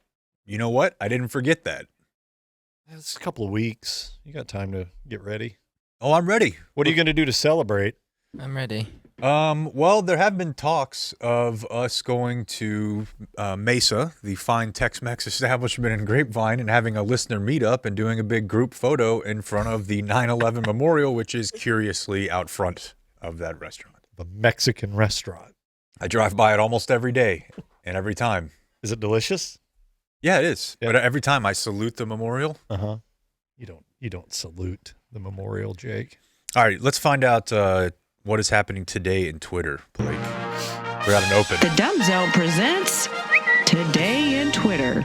All right, so this first one, I'm very confused by the world of, in general, but by the world of the streamer. Okay. Like I'll randomly see something on Twitter that ends up in my feed, and I'll click on some guy I've never heard of or some lady I've never heard of's YouTube channel, and they have 38 million views and 800,000 subscribers, and they're everywhere. Exact start that. And they is that me? No, that's me. Sorry. I was going to Twitch just to see what people were watching today. He watches people play video games during the show sometimes. No, that's only on Halo tournaments. I thought that, like this guy's a streamer. He's just he chatting. thought what you were saying was so boring that he wanted to pop up some Australian No. rules football. Yeah. I just wanted to see what people are watching. Just like even just chatting. Like Yeah. 100,000 viewers right There was like a dude who played in the Celebrity All-Star game this year, and like all the NBA players knew who he was, and he just plays video games online. There's a ton of them, and they make a ton of money. Obviously, there's like Mr. Beast, who made something like 25 million in a year. The Paul brothers. It's very confusing to me. Well, not to mention all of the kids programming, like watching little kids unbox toys. Yeah, I haven't got there yet. I'm hoping to never get there. We avoid it. But Yeah, Nora wants to be one. Yeah, I played. You've heard that audio, haven't you? She wants to be what? She thinks a streamer. Yeah, I bet I could find it for you here pretty quick before we do the video. But But how you set it up was just anytime she sees a phone recording, she assumes she's on YouTube. Yeah, because she's seen other kids on YouTube and she knows how they talk. So when we were in California, her mom was filming her learning to swim. And at the end of the video, she would just say stuff like this. What my name is? Oh, well, that's not going to work, is it? What's the matter? Well, I'm trying to play it from Dropbox rather than play it from Danny. I didn't ask for this. You volunteered it. I'll get it. What is it? This one? Thank you for watching my video. Subscribe and type for my name if you want to watch more of my videos. Bye. Yeah. What my name is? It's Nora. Can you spell Nora with me? Nora. Nora. Bye. See you soon for my next video. Bye. Love that. She's kind of like giving you a content timestamp. I know. Yeah. On the end of every video, so you know what you Yeah, watched I guess, and you know, what's and coming she's up seen next. kids on there that are just helping you spell. And they're Yep. like, my name is Smash that like button. Katie. Yep. And then they read that one. Which one did you just play, Blake? Two or three? Two. All right, so here's 3. Thank you for watching my videos. Subscribe, and all if you want to watch my videos. There's the summer ones, spring ones, winter ones. These are all my videos. Subscribe if you want to. Subscribe if you want to. Unfortunately, that's kind of our mantra too. That's why we're stagnant. Yeah. It's just, I don't know. Subscribe if you want to. I guess. So this story's a couple weeks old, but there was a kid on YouTube. He has 1.2 million followers, and a lot of times these guys are like in a little collective. You know, like they'll have a house. This kid was from Australia. He streamed himself staying awake for over 10 days. And it got so bad, it was something like 248 hours. God bless. Dang, dude. And it got so bad that at about day 7 or 8, Twitch took down the stream because it was apparent that there was a chance he was going to die. How was he staying awake? Drug free or?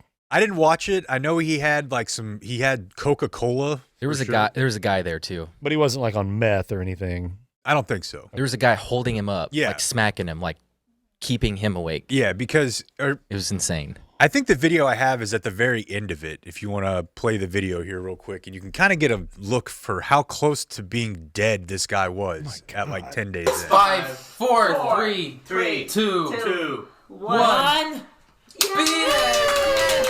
Like he can barely. The guy on the left. Yeah. Yeah.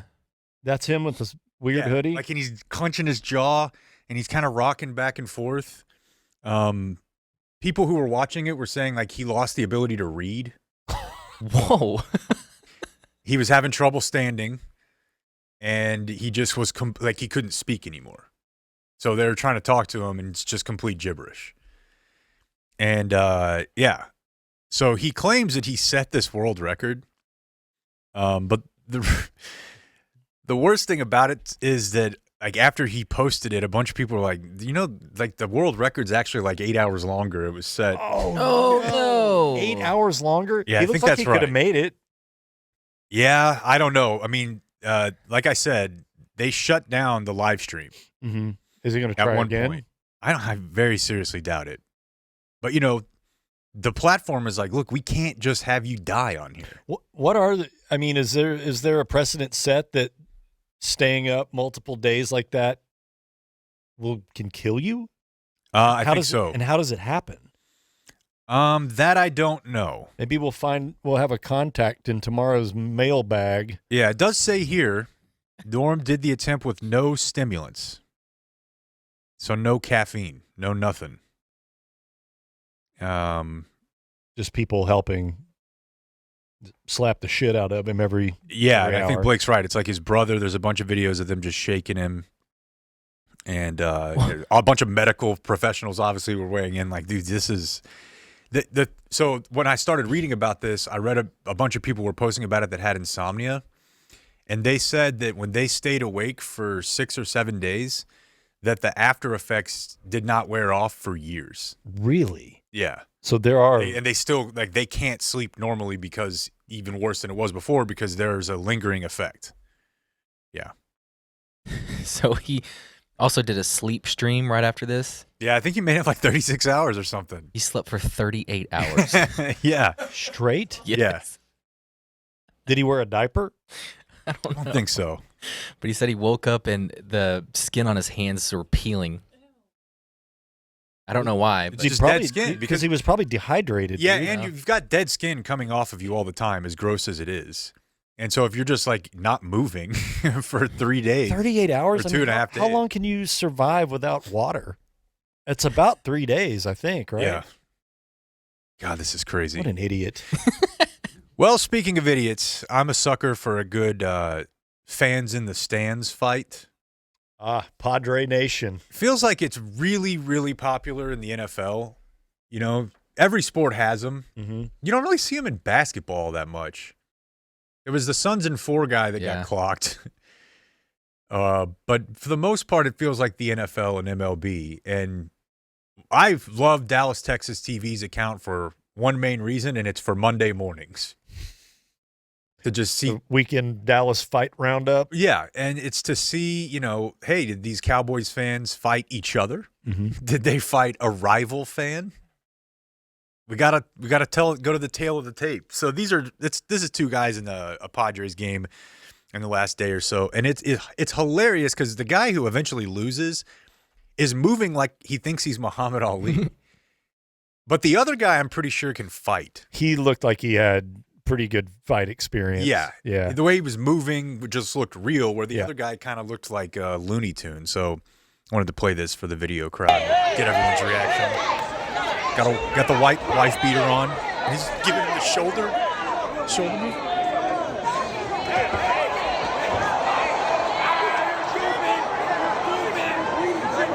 So he's like, hit me in the face, hit me in the mouth. You'll never. What's up? Now let's come closer. And there it is. Now and things are going real poorly. Oh, yeah. Ouch. Oh, that duck right there was smooth. Yeah. From the guy who wins this one. This guy's clearly he's throwing MMA or boxer or something. Now the guy's face is all bloody and he still is acting like girlfriend is there. Because he's like ripped and the other guy isn't. So he thinks he can just square up. That one's really funny because it doesn't work that way, and not anymore. No, it doesn't. That's why you don't mouth off to anybody, because the popularity of this sport, you never know who has that skill. Yep. They could look like anything. There's a guy that a bartender buddy of mine that he's probably my age. He's early mid-50s and the most unassuming dude in the world, but I don't know a person in my circle of friends that would not get absolutely fucked up by this guy if they decided to cross him. Yeah. And he's the sweetest because he's UFC? Highly trained. Yes. Yeah. And if you like give him a hug, you're like, oh crap. He doesn't look ripped, but he's just hard as a rock. Like you can just feel it when you give the guy like your bro hug. It's like, Jesus, dude. That was my second favorite type of fan fight. That being 2 people on different rows. That's always that's super unstable look. That's one of the first fights I can remember where the guy that had the upper row lost. Yeah. That's, lower that's ground guys typically getting rocked. But yeah, the fact that they're on different rows and separated, by the seats there. Well, the guy that's beating the shit out of him is wearing a T-shirt with some type of Asian graphic. Asian-inspired graphic on the back. That's karate, like a dojo. Yeah, that looks like or the nearby hibachi restaurant. Yeah, one or the other. Either way. Yeah, either way. Now that's my second favorite type. My favorite though, and this happens a lot in football games, is the concourse fight, because what typically happens there is a bunch of drinks get spilled. Yes. So now mid-fight, it's like everyone's on ice skates, and a woman's grabbing another woman's hair, but then she slips like it's a banana peel. Those are great as well. I love when the weave gets ripped out too. Classic. That's always a treat, especially when they hold it up like they just scalp them. It's like Mortal Kombat. All right, that's today in Twitter. Up next, Blake is. How about this? Here's Jake with the Dumb Zone News. And the Dumb Zone News today, Danny, is brought to you by Early Bird CBD. Now, let me tell you something, okay? Mm-hmm. These are not your father's CBD gummies. Yeah, because that's all I have right now. My dad sent me a bunch of CBD. You know what it's like? It's like eating. It's a placebo. There's nothing to it. Well, I'm sick of my dad's CBD products. Early Bird gummies, a little different. They're a recreational hemp product, and they contain 2.5 mgs of natural THC. And what does that mean? It means if you're looking to take a drug test, don't go with these. These are for more of a fun time. Oh, okay. Yeah. Well, could they help me if I'm having, trouble falling asleep? They might help a little bit, but that is not the main goal here. These gummies are not engineered for sleep. So we're not dancing around this. This is for having fun. It is. Let's go. A little mild buzz without being overwhelming. And I can tell you, they're perfect. Come in little 2.5 packets. Yeah, we can hook you up. I mean, it would be better, though, if you know, you actually used our promo code. Well, let me write it down. I got a pen. What's the promo code, Jake? And how do I get these wonderful CBD products? It's simply DumbZone at earlybirdcbd.com. You enter DumbZone and you'll get a 20% off on your purchase. It's these are legit. They're not too harsh. And they're for a fun time. Maybe a little pregame. Maybe a little you're gonna go watch UFC. Well, how are the after effects? Like you wake up all groggy and tired? Absolutely not. No? Fresh as a daisy. Wow. We recommend you start with just one gummy. Then you figure it out from there. It is the perfect small amount because it's small enough to where like you can still function and talk and remember. Yes. Because some other things you're just like, I don't want to be in public like this. Right. But this Early Bird CBD gummy, it's the perfect mix. Yes. So go check it out, earlybirdcbd.com. They're they're based right here in Texas. So go check them out. Use promo code DumbZone. You'll get 20% off. All right, so now to the news. Let's go to my stack here. Look at your graphic. It's pretty sweet, right? Who did that? Rob, did you do that? We got a guy. You got a guy? Wow. Yeah, we have a team of It's like assassins. MSNBC quality, Jake. By the way, speaking of having a guy, the song at the end of yesterday's podcast is exceptional. That's a Brent Crable production. Somebody wrote a song basically advertising a new product that is just a DumbZone dental dam. Yeah, I think that was... it's great. That ended up in my Dropbox somehow. It's fantastic. Yeah. You can't play it, though. So this Uber driver story is like the wildest thing I've heard locally here in some time. Are you aware? The guy that is an Arlington Uber driver and trying to go cross country for some reason? Well, is that it? He picked up, this happened back on August 16th, and it's about 10:30 at night. He picks up a driver who hailed the Lyft in Arlington. I guess he's a Lyft driver, not Uber. Guy was said he needed to go to the gas station. When they get to the gas station, the rider, I love this when they use this word in journalism, produced a gun. Yes. Yeah. And chambered around and basically told the guy, like, hey, we're not stopping here. And the driver is trying to say, like, hey, I'll give you whatever you want. Take the car. Take, it's very similar to the famous country song, Don't Take the Girl. Take Jimmy Johnson. Yeah, he was offering a lot. But the guy was like, yeah, I'm taking all your shit, and we're driving to Florida. Well, why wouldn't they just take the car? Take the car. I have no idea. Because then you have a dude that can report you and give the details of the car, I guess. Yeah, that's a good point. I don't know why I didn't immediately think of that. Well, it took a minute. Probably just didn't want to drive. And there's that. That's also maybe he had some reading to catch up on. So they drive all the way to Florida. And like straight? I think so. Yeah. I mean, they had to get gas. They did have to get gas, but apparently, according to the affidavit, the guy made it pretty clear that any funny business is going to end up with you dead. So I don't know if the guy goes in with him, if he has to pee or something, and just stands at the door like, hey, this is how this is going to go. Do you think you would have been able to get out of this? Well, here's Jake's stance. Jake doesn't think he could be kidnapped or held hostage because he would be too annoying to deal with. I have an announcement to make. Well, it depends if he's drinking or not. And if he's drinking, yes, definitely. He will annoy you into releasing him. Now, sober, love him. I have to say that wonderful company. I think I might have to walk that back at this advanced age. Really? I do think that kidnapping me would be pretty easy these days. You don't think you have to fight anymore? No. However, I'm going to stand by the fact that I don't think anybody would want to keep me hostage for that long. I think they would just kill me. Like I really do think I would be an annoying enough, captee or whatever. Just reaches over and opens the passenger door. It's kind of get out. Yeah. I won't leave the aux alone when the guy's I'm like, it's newfound glory. Haven't heard this in years. Keep hijacking his Apple Play. Yeah. I'm doing joke airdrops to his phone with like my dick. I remember that. I remember that age. Yeah. So the story got even crazier. They did make it all the way to Miami Beach after 2 days. So what was the purpose of the trip? The guy was going to go kidnap someone else for $3 million in ransom. And they had been surveilling this victim, a potential second victim.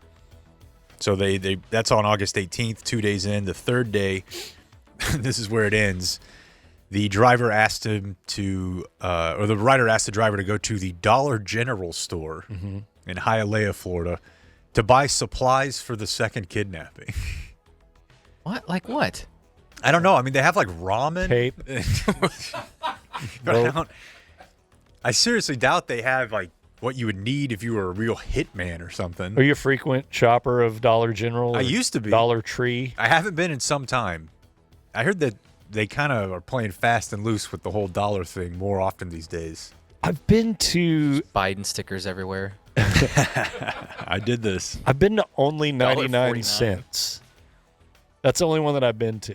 I think it's called Only 99 Cents. I think I've seen that. Yeah, it used to be over on Gaston or Live Oak. And yeah, not everything was only 99 cents. There was some shit in there that was like $4. Mm-hmm. But yeah, Well, it was $3.99. They don't look like organization and cleanliness is a top priority on their list of things to do. I had a friend who worked there. Can confirm your suspicion. Yeah.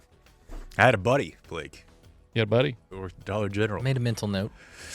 Okay, so they get to... Could I get out of it? I don't... So they go to the Dollar General, and the driver goes to the bathroom. Mm-hmm. Now, why he was able to get to the bathroom here as opposed to somewhere else, but he gets to the bathroom and I guess is able to notify the authorities. And the guy just leaves in the car. The rider steals it, and they catch him several hours later. It's like he was going to leave him there anyway. Right. Yeah, I don't know. Without knowing the specifics, I'm not sure if I can assess my confidence that I would have been able to get out.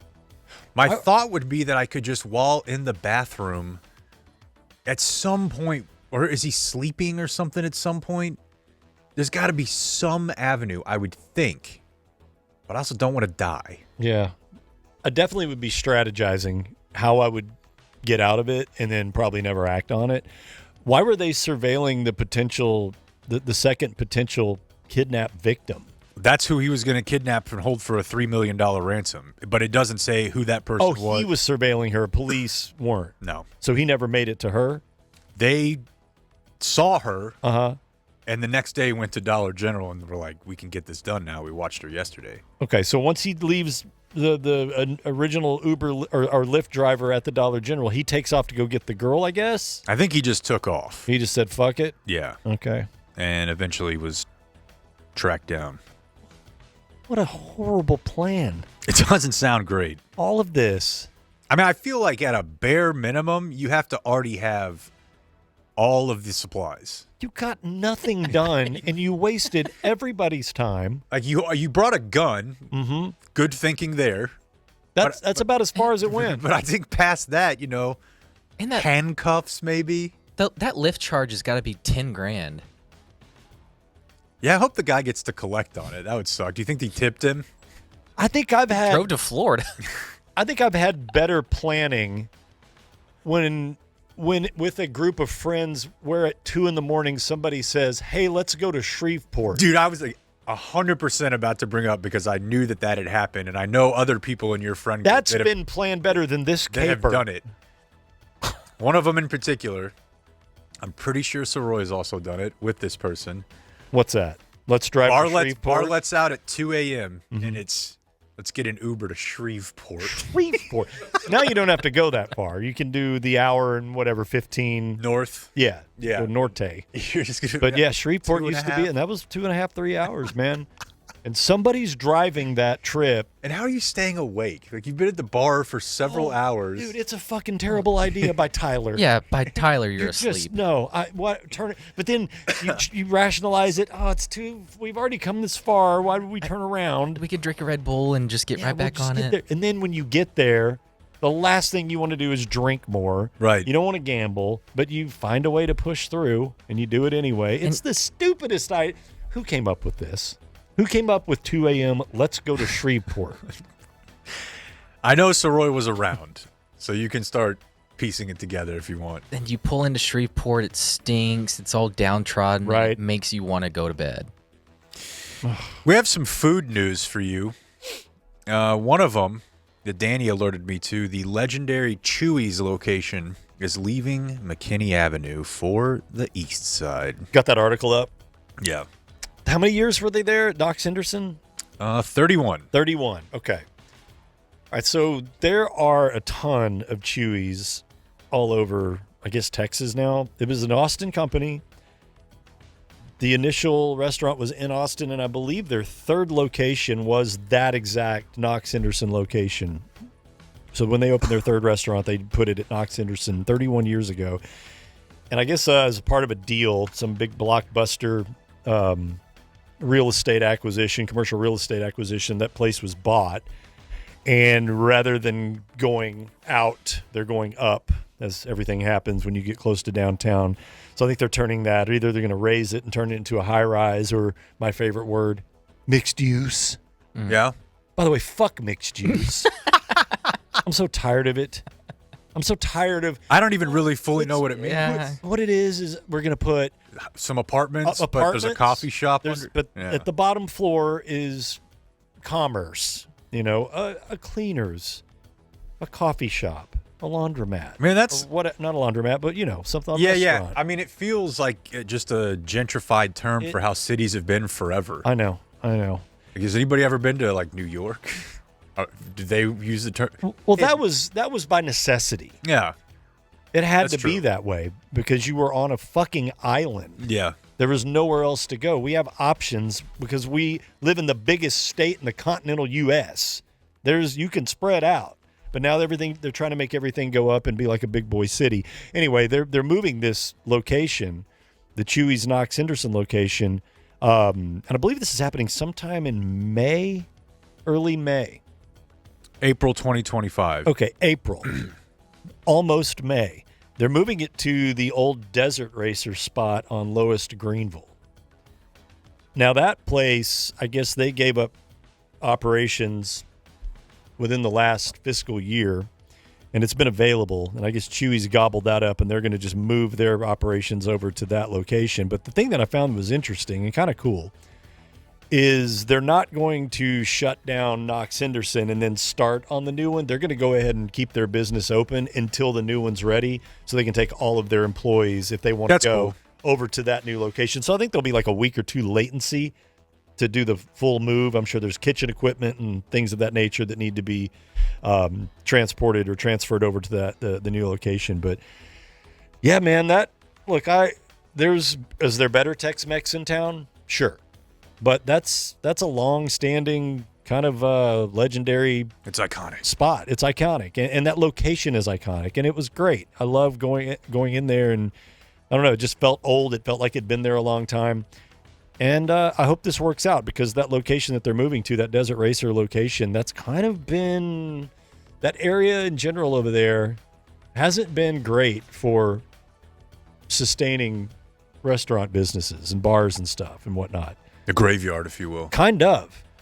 And you also know that when you move a business like that that's been around for 3 decades plus, is it going to retain the same vibe and atmosphere and charm? Usually not. That the old built. No, that it typically doesn't happen.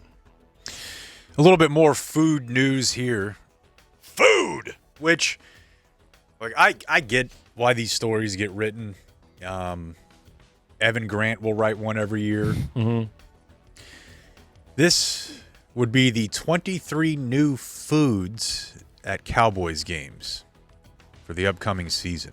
I think this is a Sarah Blaskovich article. Yeah, she tends to be the one on this beat. She's great. I think she usually does it with Evan also. Like, she's usually at the Rangers. I actually interned for her many years ago at Pegasus News. Oh, you interned for Sarah? Yeah. Wow. You remember Pegasus News? I do. It was the most beaten internship you can possibly imagine. If you think you have it bad, Rachel, I would literally have to call, like, I don't know. I had to go to like an art gallery and try to write about it. there would be like a tree that was going to get cut down that was really old, and some people in a Dallas neighborhood were mad about it, and I had to call them and get quotes. Just a bunch of stuff I could not have given less of a shit about. City council meetings. Oh yeah, did some council meetings. For Really? sure. Yeah. And even worse than city council meetings City are Hall like watchdog Jake Kemp. even worse. Can you imagine something worse? Try, because it's like a zoning meeting. I'm just like, dude, what are we doing? Specific those use reps. permit approval That's hearings. right. Well, the one that they're leading with here, and I think for good reason, because I've been staring at the photo for about 20 minutes now. The top picture? The top picture, yes.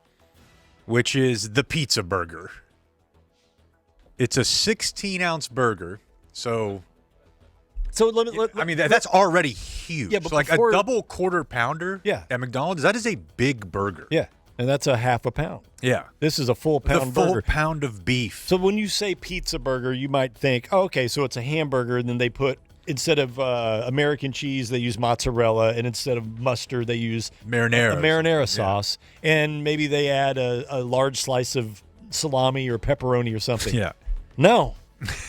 No. This is a fucking pizza burger. It's a pizza with a burger and hamburger inside of it. Yes. They essentially just said, what sucks about burgers? And they said, the buns aren't pizza. So they just were like, well. They took a small pizza and put it on top as the top bun of a hamburger. A small And the pepperoni bottom pizza. one. Yeah, but I'm sure if you Yeah. flip that over, there's not cheese and pepper. That's just like a bready, crusty thing. But the top bun has mozzarella cheese, sauce, and pepperoni. This reminds me of that Double Down, where it was chicken. The bun was the chicken. Oh Was it yeah. KFC? Had a lot of those. You had Double Downs. It Oh, was hell two yeah. chicken breasts that were the bun. And but what? Okay, so if the chicken's the bun, what's in the middle? Not bread. Cheese and bacon. Cheese and bacon. Yeah. Okay. Have you described a bad part yet? Because I just hear awesome. I don't know the coronary problems, the triple bypass. When I was 19, I didn't really care. That's I true. Double Down had 950 Look calories. at that. There it is. Oh yeah, I forgot they Look put at your mayo screen. on it too. It's mayonnaise, 2 pieces of fried chicken, at least 2 slices of some form of processed cheese, and bacon. It reminds me, Hell yeah. both of these, of Taco Town. All of it, everything's And Taco it Town. gets even awesomer. Yes, the world is idiocracy. Yeah. And every restaurant is Taco Town. Yeah.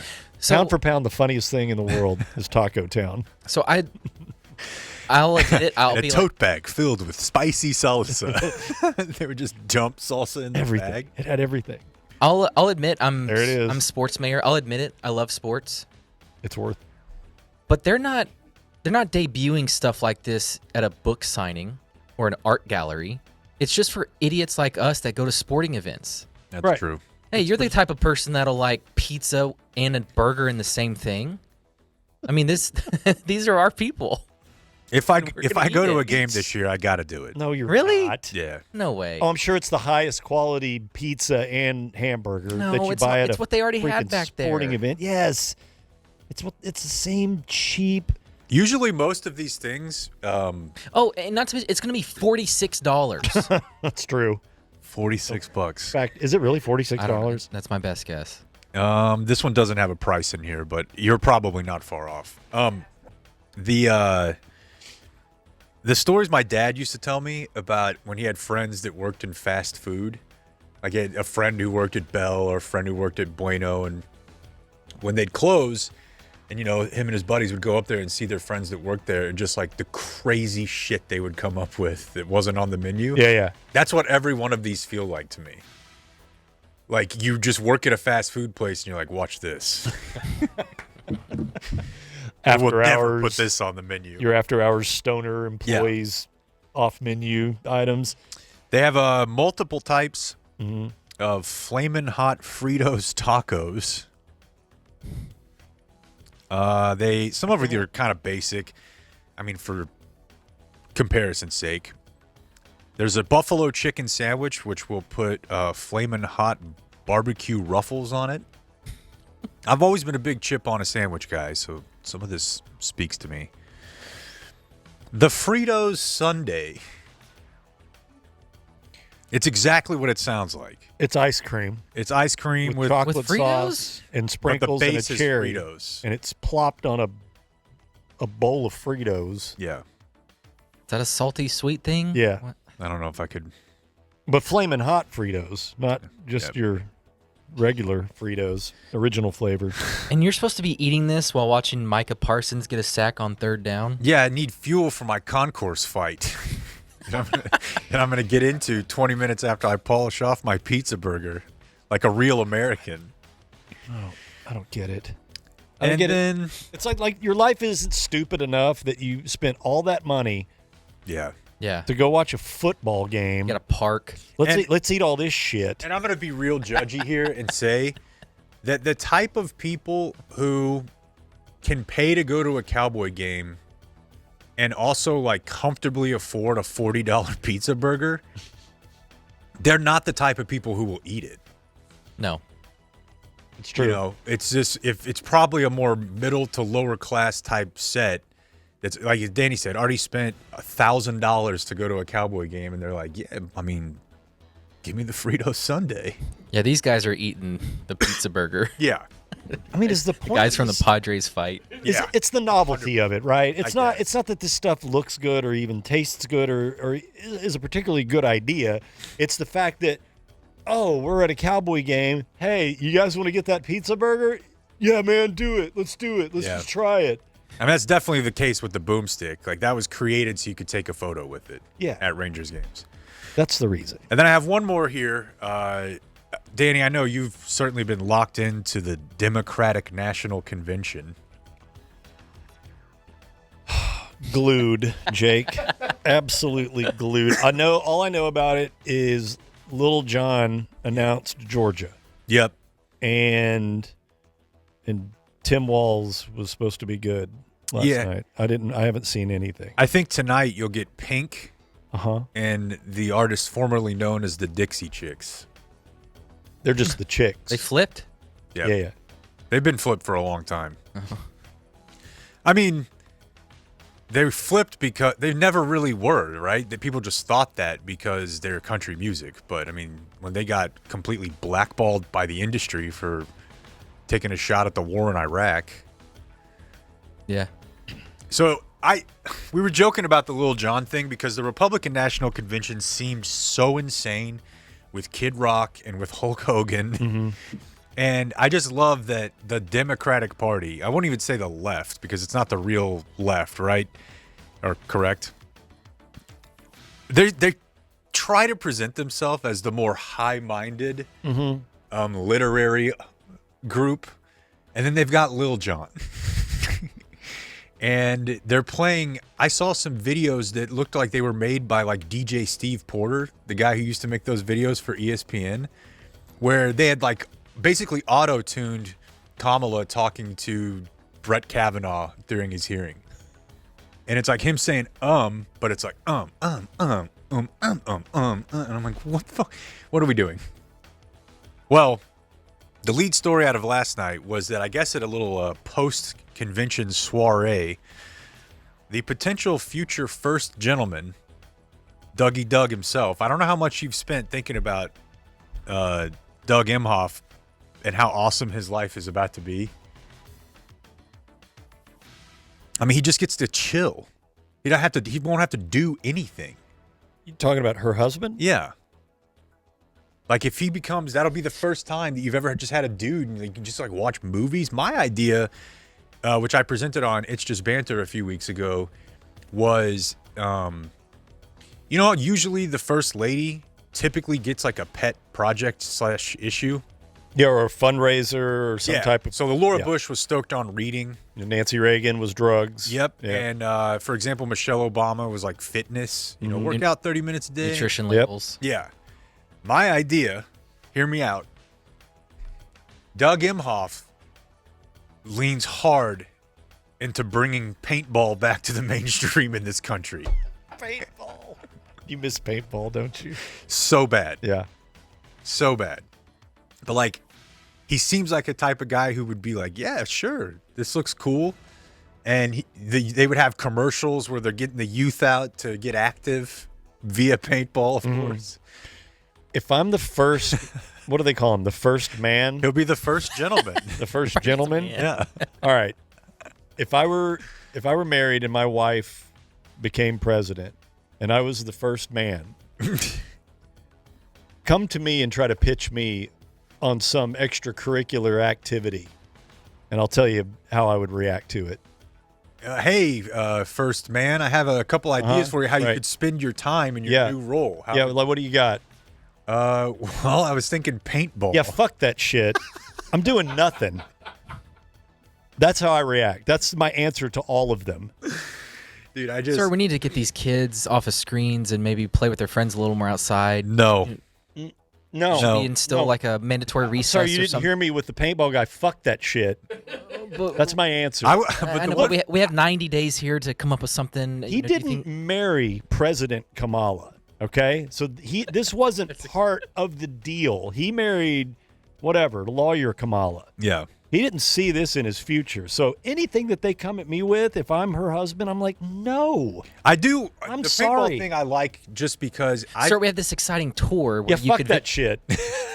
That's the answer for all of it. I just think it would be funny. The Need you to fly to Washington to do this kind of thing? Paintball is kind of a stand-in for this, but I just think it'd be really funny if he just started like just fucking around. Like he just right. He Do just bits. Just binging TV shows and then posting like Twitter videos like in a robe where he's like, "Yeah, I just finished Shogun." Like he's aggressively not working. He's is in what the- I want. He's in the Sphere in Vegas playing Xbox. Yeah, 'cause he rented it out. Yeah, that's. I just want him to basically be Billy Madison. He's showing up at black tie events with her wearing a tuxedo T-shirt. Exactly. Exactly. And scuba flippers. Yeah, that's what I want. Well, he made some news last night because he was on stage, like I said, at a little post-convention thing is what it looks like from the video. And there were some reports that he had said something on stage. And it was like, can anyone confirm? And within about an hour, the video's out there. So we'll go to the video now. This guy, just watch this and tell me I couldn't sell him on paintball. But we gotta turn this enthusiasm into action. We gotta turn it into votes. So it's the next 70 whatever days it is with focus and discipline so we can elect my wife, Kamala Harris. Number one, he sounds half crocked. He does kind of sound half crocked. A little wobbly, and yes, that is Borat. People tend to forget. People tend to forget in context of what the Borat bit was when he said "my wife." It's followed by "my wife is dead." Yeah, she had died in field. Yeah, with plow accident. Yeah. Or he would be talking about how she could like carry lots of stuff. It was never like, oh, I love her. I love my wife. Yeah. No, you're right about that. But they have a new wife, and I like her. So it's the next 70 whatever days it is with Drunk. focus and discipline so we can elect my wife, Kamala Harris. What is happening? We got a potential VP that likes making Uncle Tupelo and Wilco and Sunvolt mixtapes and gets Jason Isbell to come perform because he loves alt country. Yeah, and on the other side, I've got a wrestler ripping his shirt off. Yeah. A Ba with the Ba guy shreds. We got a president or potential president that is record shopping and picking out Miles Davis, Thelonious Monk, and Roy Ayers, rolling deep in some kick-ass music, and then the first gentleman doing a Borat impression. I just love it so in much. these streets. What is happening? I just love it so much because I imagine, even though he's like really successful, he was a lawyer. I'm pretty sure he was an investment banker. Don't ask me what that actually is. I do really like the idea of her constantly having to just get on his ass when she's president of like, you don't do the Borat thing again. Like she constantly has to just remind him, like, we're in the public. She walks in at 1 p.m. Get out of bed. Right. Like, you got. Yeah. It's just covered in Cheetos. Flaming having hot. them fly up the pizza burger just for him. I want to try it. Yeah. The president, we can do this. All right, Blake, there is your amazing news. The Dumb Zone News. Like and subscribe. Bring us home, Blake. The Dumb Zone presents Today in History. Oh no, that's too loud, isn't it? Y'all's graphics game is really I know elevated. Nice work, whoever's doing that. We got a guy. Today's Thursday, August 22nd, the 235th day of the year. 131 days left. On this day in 1787, inventor John Fitch demonstrated his steamboat on the Delaware River to delegates from the Constitutional Convention in Philadelphia. How are steamboats? Hey, fellas, I got this boat. Pop on? No, it doesn't run on coal. About steam. This is witchcraft. Or does it run on wind? Wind, darling. I think he did that bit the other night again. Did he? I think so. Have you heard Trump's wind, darling bit? No. He is sort of against solar panels. Uh-huh. And against wind power. Right. So he'll have to remind you that, hey, if it gets dark, he has no concept of understanding how either of these pieces of technology work. Win.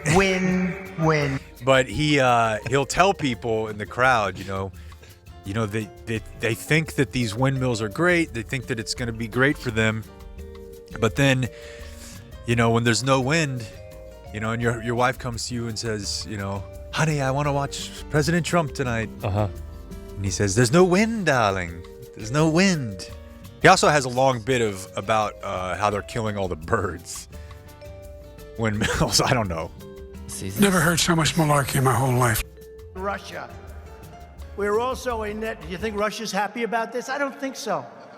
Hillary wanted to put windmills all over the place. Let's put up some windmills. When the wind doesn't blow, just turn off the television, darling, please. No wind out today. There's no wind. Please turn off the television quickly. Put the windmills up and watch the value of your house. If you're in sight of a windmill, watch the value of your house go down by 65%. Wow. How did he come up with these figures? And solar is wonderful too, but it's not strong enough. And it's very, very expensive. He sounds winded, no pun intended.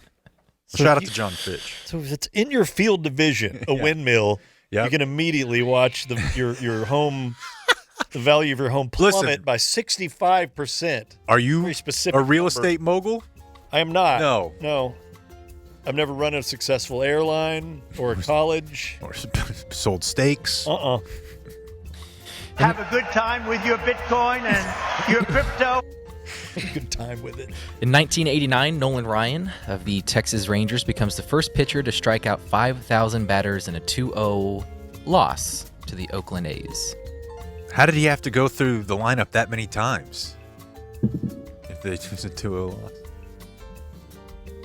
You're saying he got 5,000 strikeouts in one game? I'm just saying you said he became the first pitcher to strike out 5,000 batters in a 2-0 loss to the Oakland A's. I'm reading the script. Strike out 5,000 batters in a career. Oh, my arm. I think I could do one more. in the 700th inning. It's 0-0 to the 700th. 3 strikes in a strikeout. His pitch count would have been minimum 15,000. Look, JD we've all heard the and stories. you know he was walking people. Oh, yeah. He had a bit of a command issue as well. Nolan struck out 5,000 yesterday. 2 days later, on 2 days rest, went and threw like 8 innings. Oh, man. More Rangers news on this day. In 2007, I think I've heard Danny talk about this game a lot. The Texas Rangers beat the Baltimore Orioles 30-3. Considered the only game in the modern era that a team reached 30 runs in a game. And then what year was that? 07. 07? Yeah, the game that I referenced, I believe, was the 26-7 game. And that was, I think, in like 95 that I was at. I wasn't at the 30-3 game. The 30-3 game is famous, Blake, because that day Bob had gone on a rant that the Rangers needed to move on from hitting coach Rudy Jaramillo. Okay. And That's right. He was like, look, and he was right, by the way. Everything that he had said was right. Like, they were not getting better. Rudy's message was tired. And that night on the top 10, during the replay of Bob's segment about how they needed to fire their hitting coach, the ticker guy broke in, like hit the breaking news sounder, to cut Bob off from saying the Rangers have no offense, to report that they had just scored their 30th run. That's awesome. And Dan jumped all over that. No way. It was awesome. The guy was laughing because he had heard of what was just playing, and he's like, a major league record. It was great. That's amazing. Weddings on this day. Cinematographer Horst Kettner married his longtime girlfriend. Kettner, 59. His girlfriend, Lena Riefenstahl. Riefenstahl. Right. 101. Ah. Damn. His girlfriend? A 42-year age difference between the two. What are you doing, Mary? Leni Riefenstahl, right? I've heard of her. 101-year-old. She was very famous, but yeah. I guess true love? What's that wedding night like? Here's a note. This is probably Painful. why I know her. She was German. And in World War II, Adolf Hitler closely collaborated with her during the production of at least 3 Nazi films. Then they were friendly. And I got to be honest, in her day, yeah, setting aside the Nazi thing. Birthdays today, former Cowboys coach Bill Parcells is 83. Jeez, man. What? You are what your record is. What an era. Of Cowboys football? It's such the dark ages of football. The last 30 years of this franchise. Yeah, Campo is super dark ages. It Parcells is. was at least fun. Chan Gailey is dark. Man, I've tried to find this audio, and I don't even think anybody involved remembers it. But it's one of the 5 times I've laughed the hardest. The 5 funniest things I ever heard on the radio. Mm-hmm. It was at Cowboys training camp. Hell, Rob might have been there.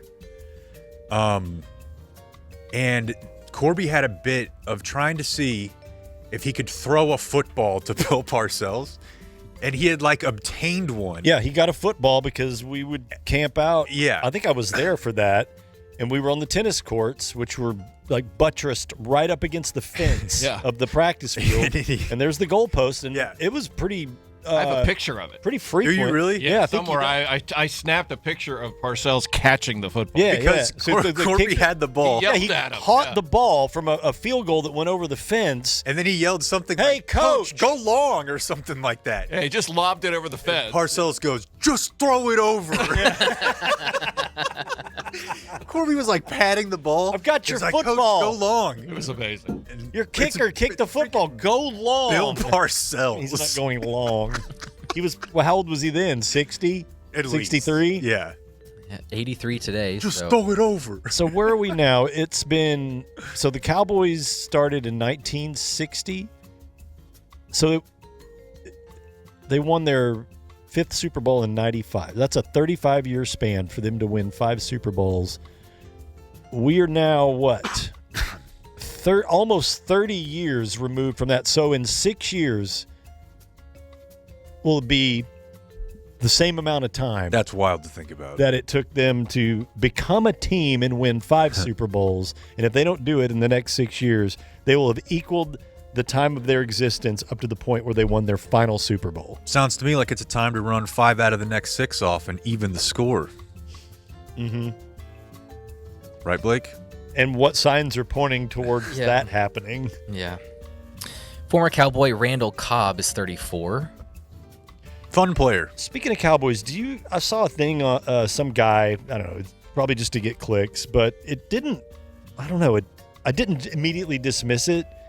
Do you think that this could all be structured, the way Jerry's doing business right now, could be kind of structuring this thing to sell?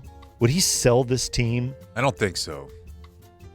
But and rather than knowing he's nearing the end of his life, hand it off to his kids Wouldn't he just rather sell it and cut them checks for like, here's $3 billion. Thanks for being my kid? I don't think so, but I know why that guy is using that logic, because this is something we've talked about. They've, in the last handful of years, spent like the least amount of money. Right. Like their cash spending is bottom of the basement. Like they don't invest in the team at all, which is part of the reason why they don't go after free agents or whatever, is they don't want to have a situation where 3 or 4 years from now they're out a bunch of money and still not, and maybe even worse. So well, just it because makes sense. he loves business so much that I think he would think that it's a better part of his legacy to have sold the Cowboys at the highest value in the history of the world of a sports team. Because what could you get for the Cowboys right now? If he sold it outright, but you're talking about the arena, the parking, all of it. $20 billion? Yeah, you'd have to think. At least, right? 20, 15 to 20, 19, 21, I don't know. Somewhere around there, though, which would eclipse any other team sale that's happened in recent history. I don't know. But we've gotten emails from people. The Cowboys are just the front porch to his corporation. Like, the Cowboys make him money that he uses in business.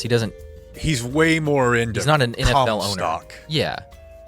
And speaking of guys who email us, that somebody was like, dude, if anybody else was the CEO of this company, I think it's the CEO and the CFO, he's like, they would have been fired. Same with the returns are terrible. No, in the last, 2 years, 10 years, it's a minus 91% return. Oh my God. Like it's really bad. Former TCU quarterback Trevon Boykin is 31. He wrecked into Concrete Cowboy. Yeah. West Mesquite grad, too, I believe. Do you remember that, Blake? Well, I remember he was awesome at TCU, then went to Seattle, and then just kept getting in trouble. Mm-hmm. Yeah. But I'm pretty sure, isn't that the name of that place that was real douchey and they would get in trouble? Yeah, for down there on dress codes? Turtle Creek. Yeah. Adam Thielen is 34. Discriminating with their dress codes. Who? Adam Thielen? Mm-hmm. Love him. Still in Carolina. Our war game battle today. Familiar with this? This is a Dan and Blake bit. So I just kind of sit it out. We just like to look at Baseball Reference and the birthdays of the day and sort by war. If you'd like to take a guess, the top two today, Carl Yastrzemski is 85, and Paul Molitor is 68. Ooh, that's a good one, actually. I'm going to go Molitor. Molitor's war career, 75.6. Yastrzemski, 96.5. He is today's war leader. Couple Hall of Famers right there. And Yastrzemski's like top 20, I think, at 96. Babe Ruth is at 180. Like, God. Not even number one. Not even close. Yeah, far and away. I think Walter Johnson's 20 behind him or something like that. LaMelo Ball is 23. Max Crosby is 26. Colleyville Heritage. Yeah. He's crazy. I like him quite a bit, though. Comedian / actor Kristen Wiig is 51. I'm kind of go back and forth on her. She was really funny in Bridesmaids, but everything else. She was a great cast member, too. Tiny for SNL. Okay. Yeah, fantastic. Versatile, could do it all. David Chase, writer of Sopranos, is 79. Talk show host James Corden is 46. The worst. The absolute worst. Never liked his bit. Worse than Fallon? Ooh, that's a good question. It's a good question. Speaking of Fallon, we never got to that news. I might put Corden's interview skills up against Fallon's. Yeah, but I do think Fallon, while fake on the air, I get the sense he's like a decent person. I'm not sure, but I know James Corden got outed for being a real asshole. Yeah, I heard that too. It was like a restaurant story where he just kept sending his food back, and then they banned him for like 2 days from Baltazar. Did you have something on Chase? Maybe tomorrow. I'll be back tomorrow filling in for Dan. There's a Sopranos documentary that's about to come out in early September that looks boffo. I want to talk about that tomorrow for sure. Okay. Dua Lipa is 29. Camden. She's fantastic. She is. She's cool too. Yeah. Yeah. Howie Doro is 51. Probably Duro, right? Duro. Does that name ring a bell from your recent documentary? Oh, wow. Whoa. He's a Backstreet Boy. This is Howie D. Yeah. Shit. He was Are one we of the gonna do that guys tomorrow. Yeah. Can we? Yeah. Good. He was one of the guys that was actually in, not all of them are interviewed. Oh, really? Yeah. Like, you're not getting JT. Danny's having chair problems. Couldn't get Lance Bass. Let's get an ISO shot over there. Screw it. All right, some birthdays for Danny. Juan Crucier is 65. Bass player for Rat. Very good. Oh, man. Vernon Reed is 66. Guitar player for Living Color. And Ladies and gentlemen, you are listening to Birthdays That Would Not Be Read If Dan Were Here. rock singer Roland Orzabi. No, Orzabal. Sorry. Roland Orzabal? Yeah. God, he's got to be in like some stupid European. Is he in Europe? Is he England. a singer for Europe? I don't know. No. Tears? Never heard of Tears him. for Fears. Oh, okay. Jake. Birthdays for Jake. Donna Godcho is 77. Okay. Singer for the Grateful Dead. Oh, okay. Now that you're into them. You like the Grateful Dead now? I like some of their stuff, and before I always just kind of hated it. Open the window for me on that, where to start, because the only thing that I've ever listened to is American Beauty and Working Man. Yeah, somebody made me a playlist, so I honestly don't even know the names of all of the songs. I hear you have to go live. Definitely. That's an experience for sure. Okay. And there's a zillion of them. Yes. They were kind of like they're one of the first to be like, F it. Bootlegs, yeah, do it. Yep. I've read a bunch just on thrown them. that on and read or watched it. Listened to Nice. some podcast stuff on them, and I'm just thinking, just people that I trust, that I know, turn me, rather than like I want to hear what you think, not somebody that's been curating the dead and is so overly biased. I want to know what's perked your ears, because I like to jump into some of the live stuff. Jizza from Wu-Tang Clan is 58. Jizza. And Brandon Adams is 45. That birthday is for you, Jake. It sounds like somebody who was in a pop punk band. He's an actor. Oh, wow. From the Mighty Ducks. Yeah. He's the one who would call people cake eater if they were like a rich kid. Mm-hmm. Banks? Kid's a cake eater. And then Dan had on here Cindy Williams. It's Laverne and Shirley, right? And she died last year. Oh. So we're going to move her down to now born on this day, now dead, Cindy Williams. Yeah, well, another one for Danny, Lane Staley. Singer for Alice in Chains. Yeah, very good. And dead on this day, still dead, Ellen Church, the first airline stewardess. She died in 1965 at the age of 60. What? I wonder when They she didn't- started. They didn't have stewardesses before 1965? That can't be right. That's just when she died. She died. She's probably doing She it was in the born in 40s. 04. Oh, my bad. Yeah, so let's see. Looks like it was around 1930. Okay. Yeah. Do you think she was ever called sweetheart? Dude. Or honey? This woman was or put babe? through the worst. Yeah. Yeah. Like you start as a stewardess like in between the two world wars Oh my as a God. female. And I was so drunk. You're just walking through clouds of smoke. Clouds of smoke, and every other hand is firmly Yes. grasping your ass. Ugh, that's tough. And I'm sure the outfits that they had to wear were real conservative back then. And finally, Huey Newton, the Black Panthers co-founder, dead on this day in 1989. Boy, the A couple story, very good documentaries on him. the story on him is incredible.